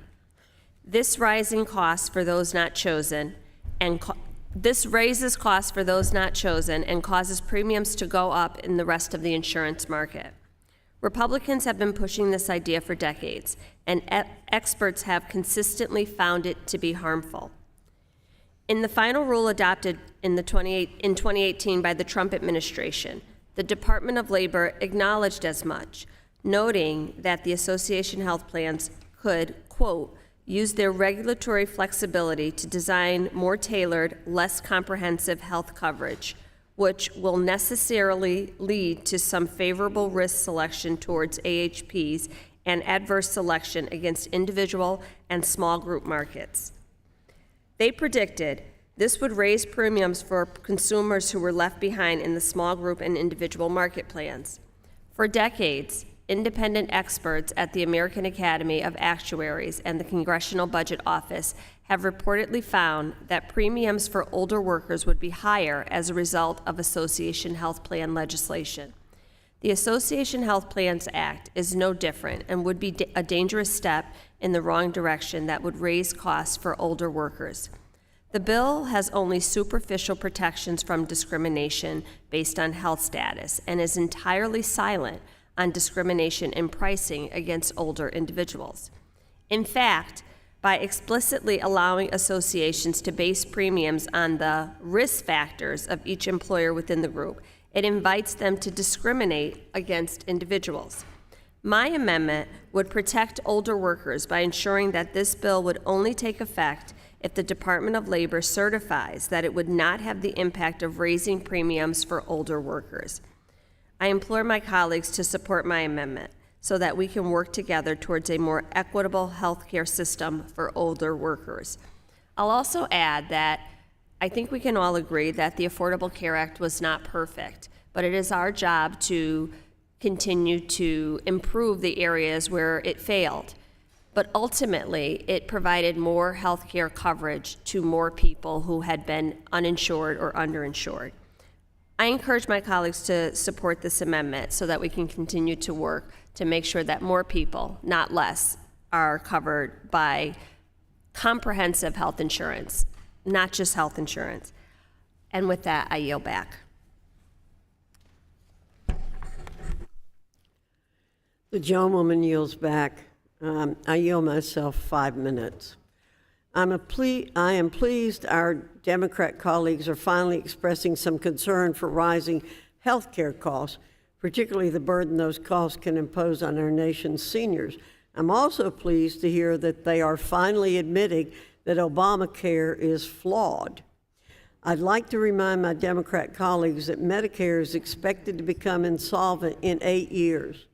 Increasing access to association health plans may be a life-saving option for these seniors if Congress does not address Medicare's insolvency issues. Unfortunately for seniors, premiums of older Americans have drastically increased thanks to Obamacare. In fact, health plans in New York just requested rate hikes of up to 40%. Highmark Blue Cross Blue Shield of Western New York and Highmark Blue Shield Northeastern New York are requesting an average rate increase of 22.6%.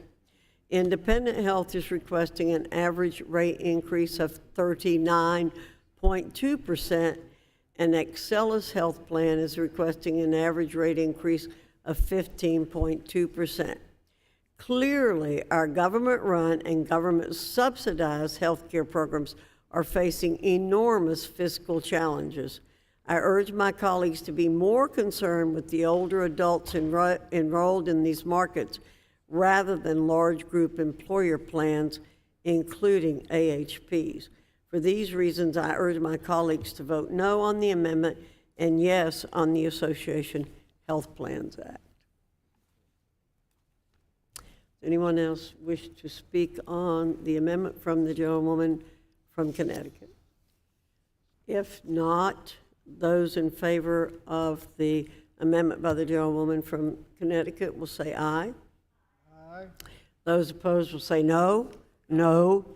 In the opinion of the chair, the noes have it. The amendment is not agreed to. Madam Chair, I request a recorded vote. The gentlewoman from Connecticut requests a recorded vote, which will be rolled to the time we vote on the other amendments.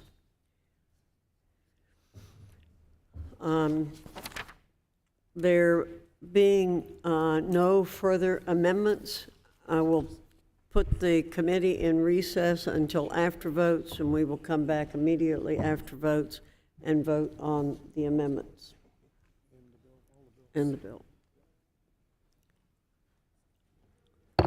The committee's in recess.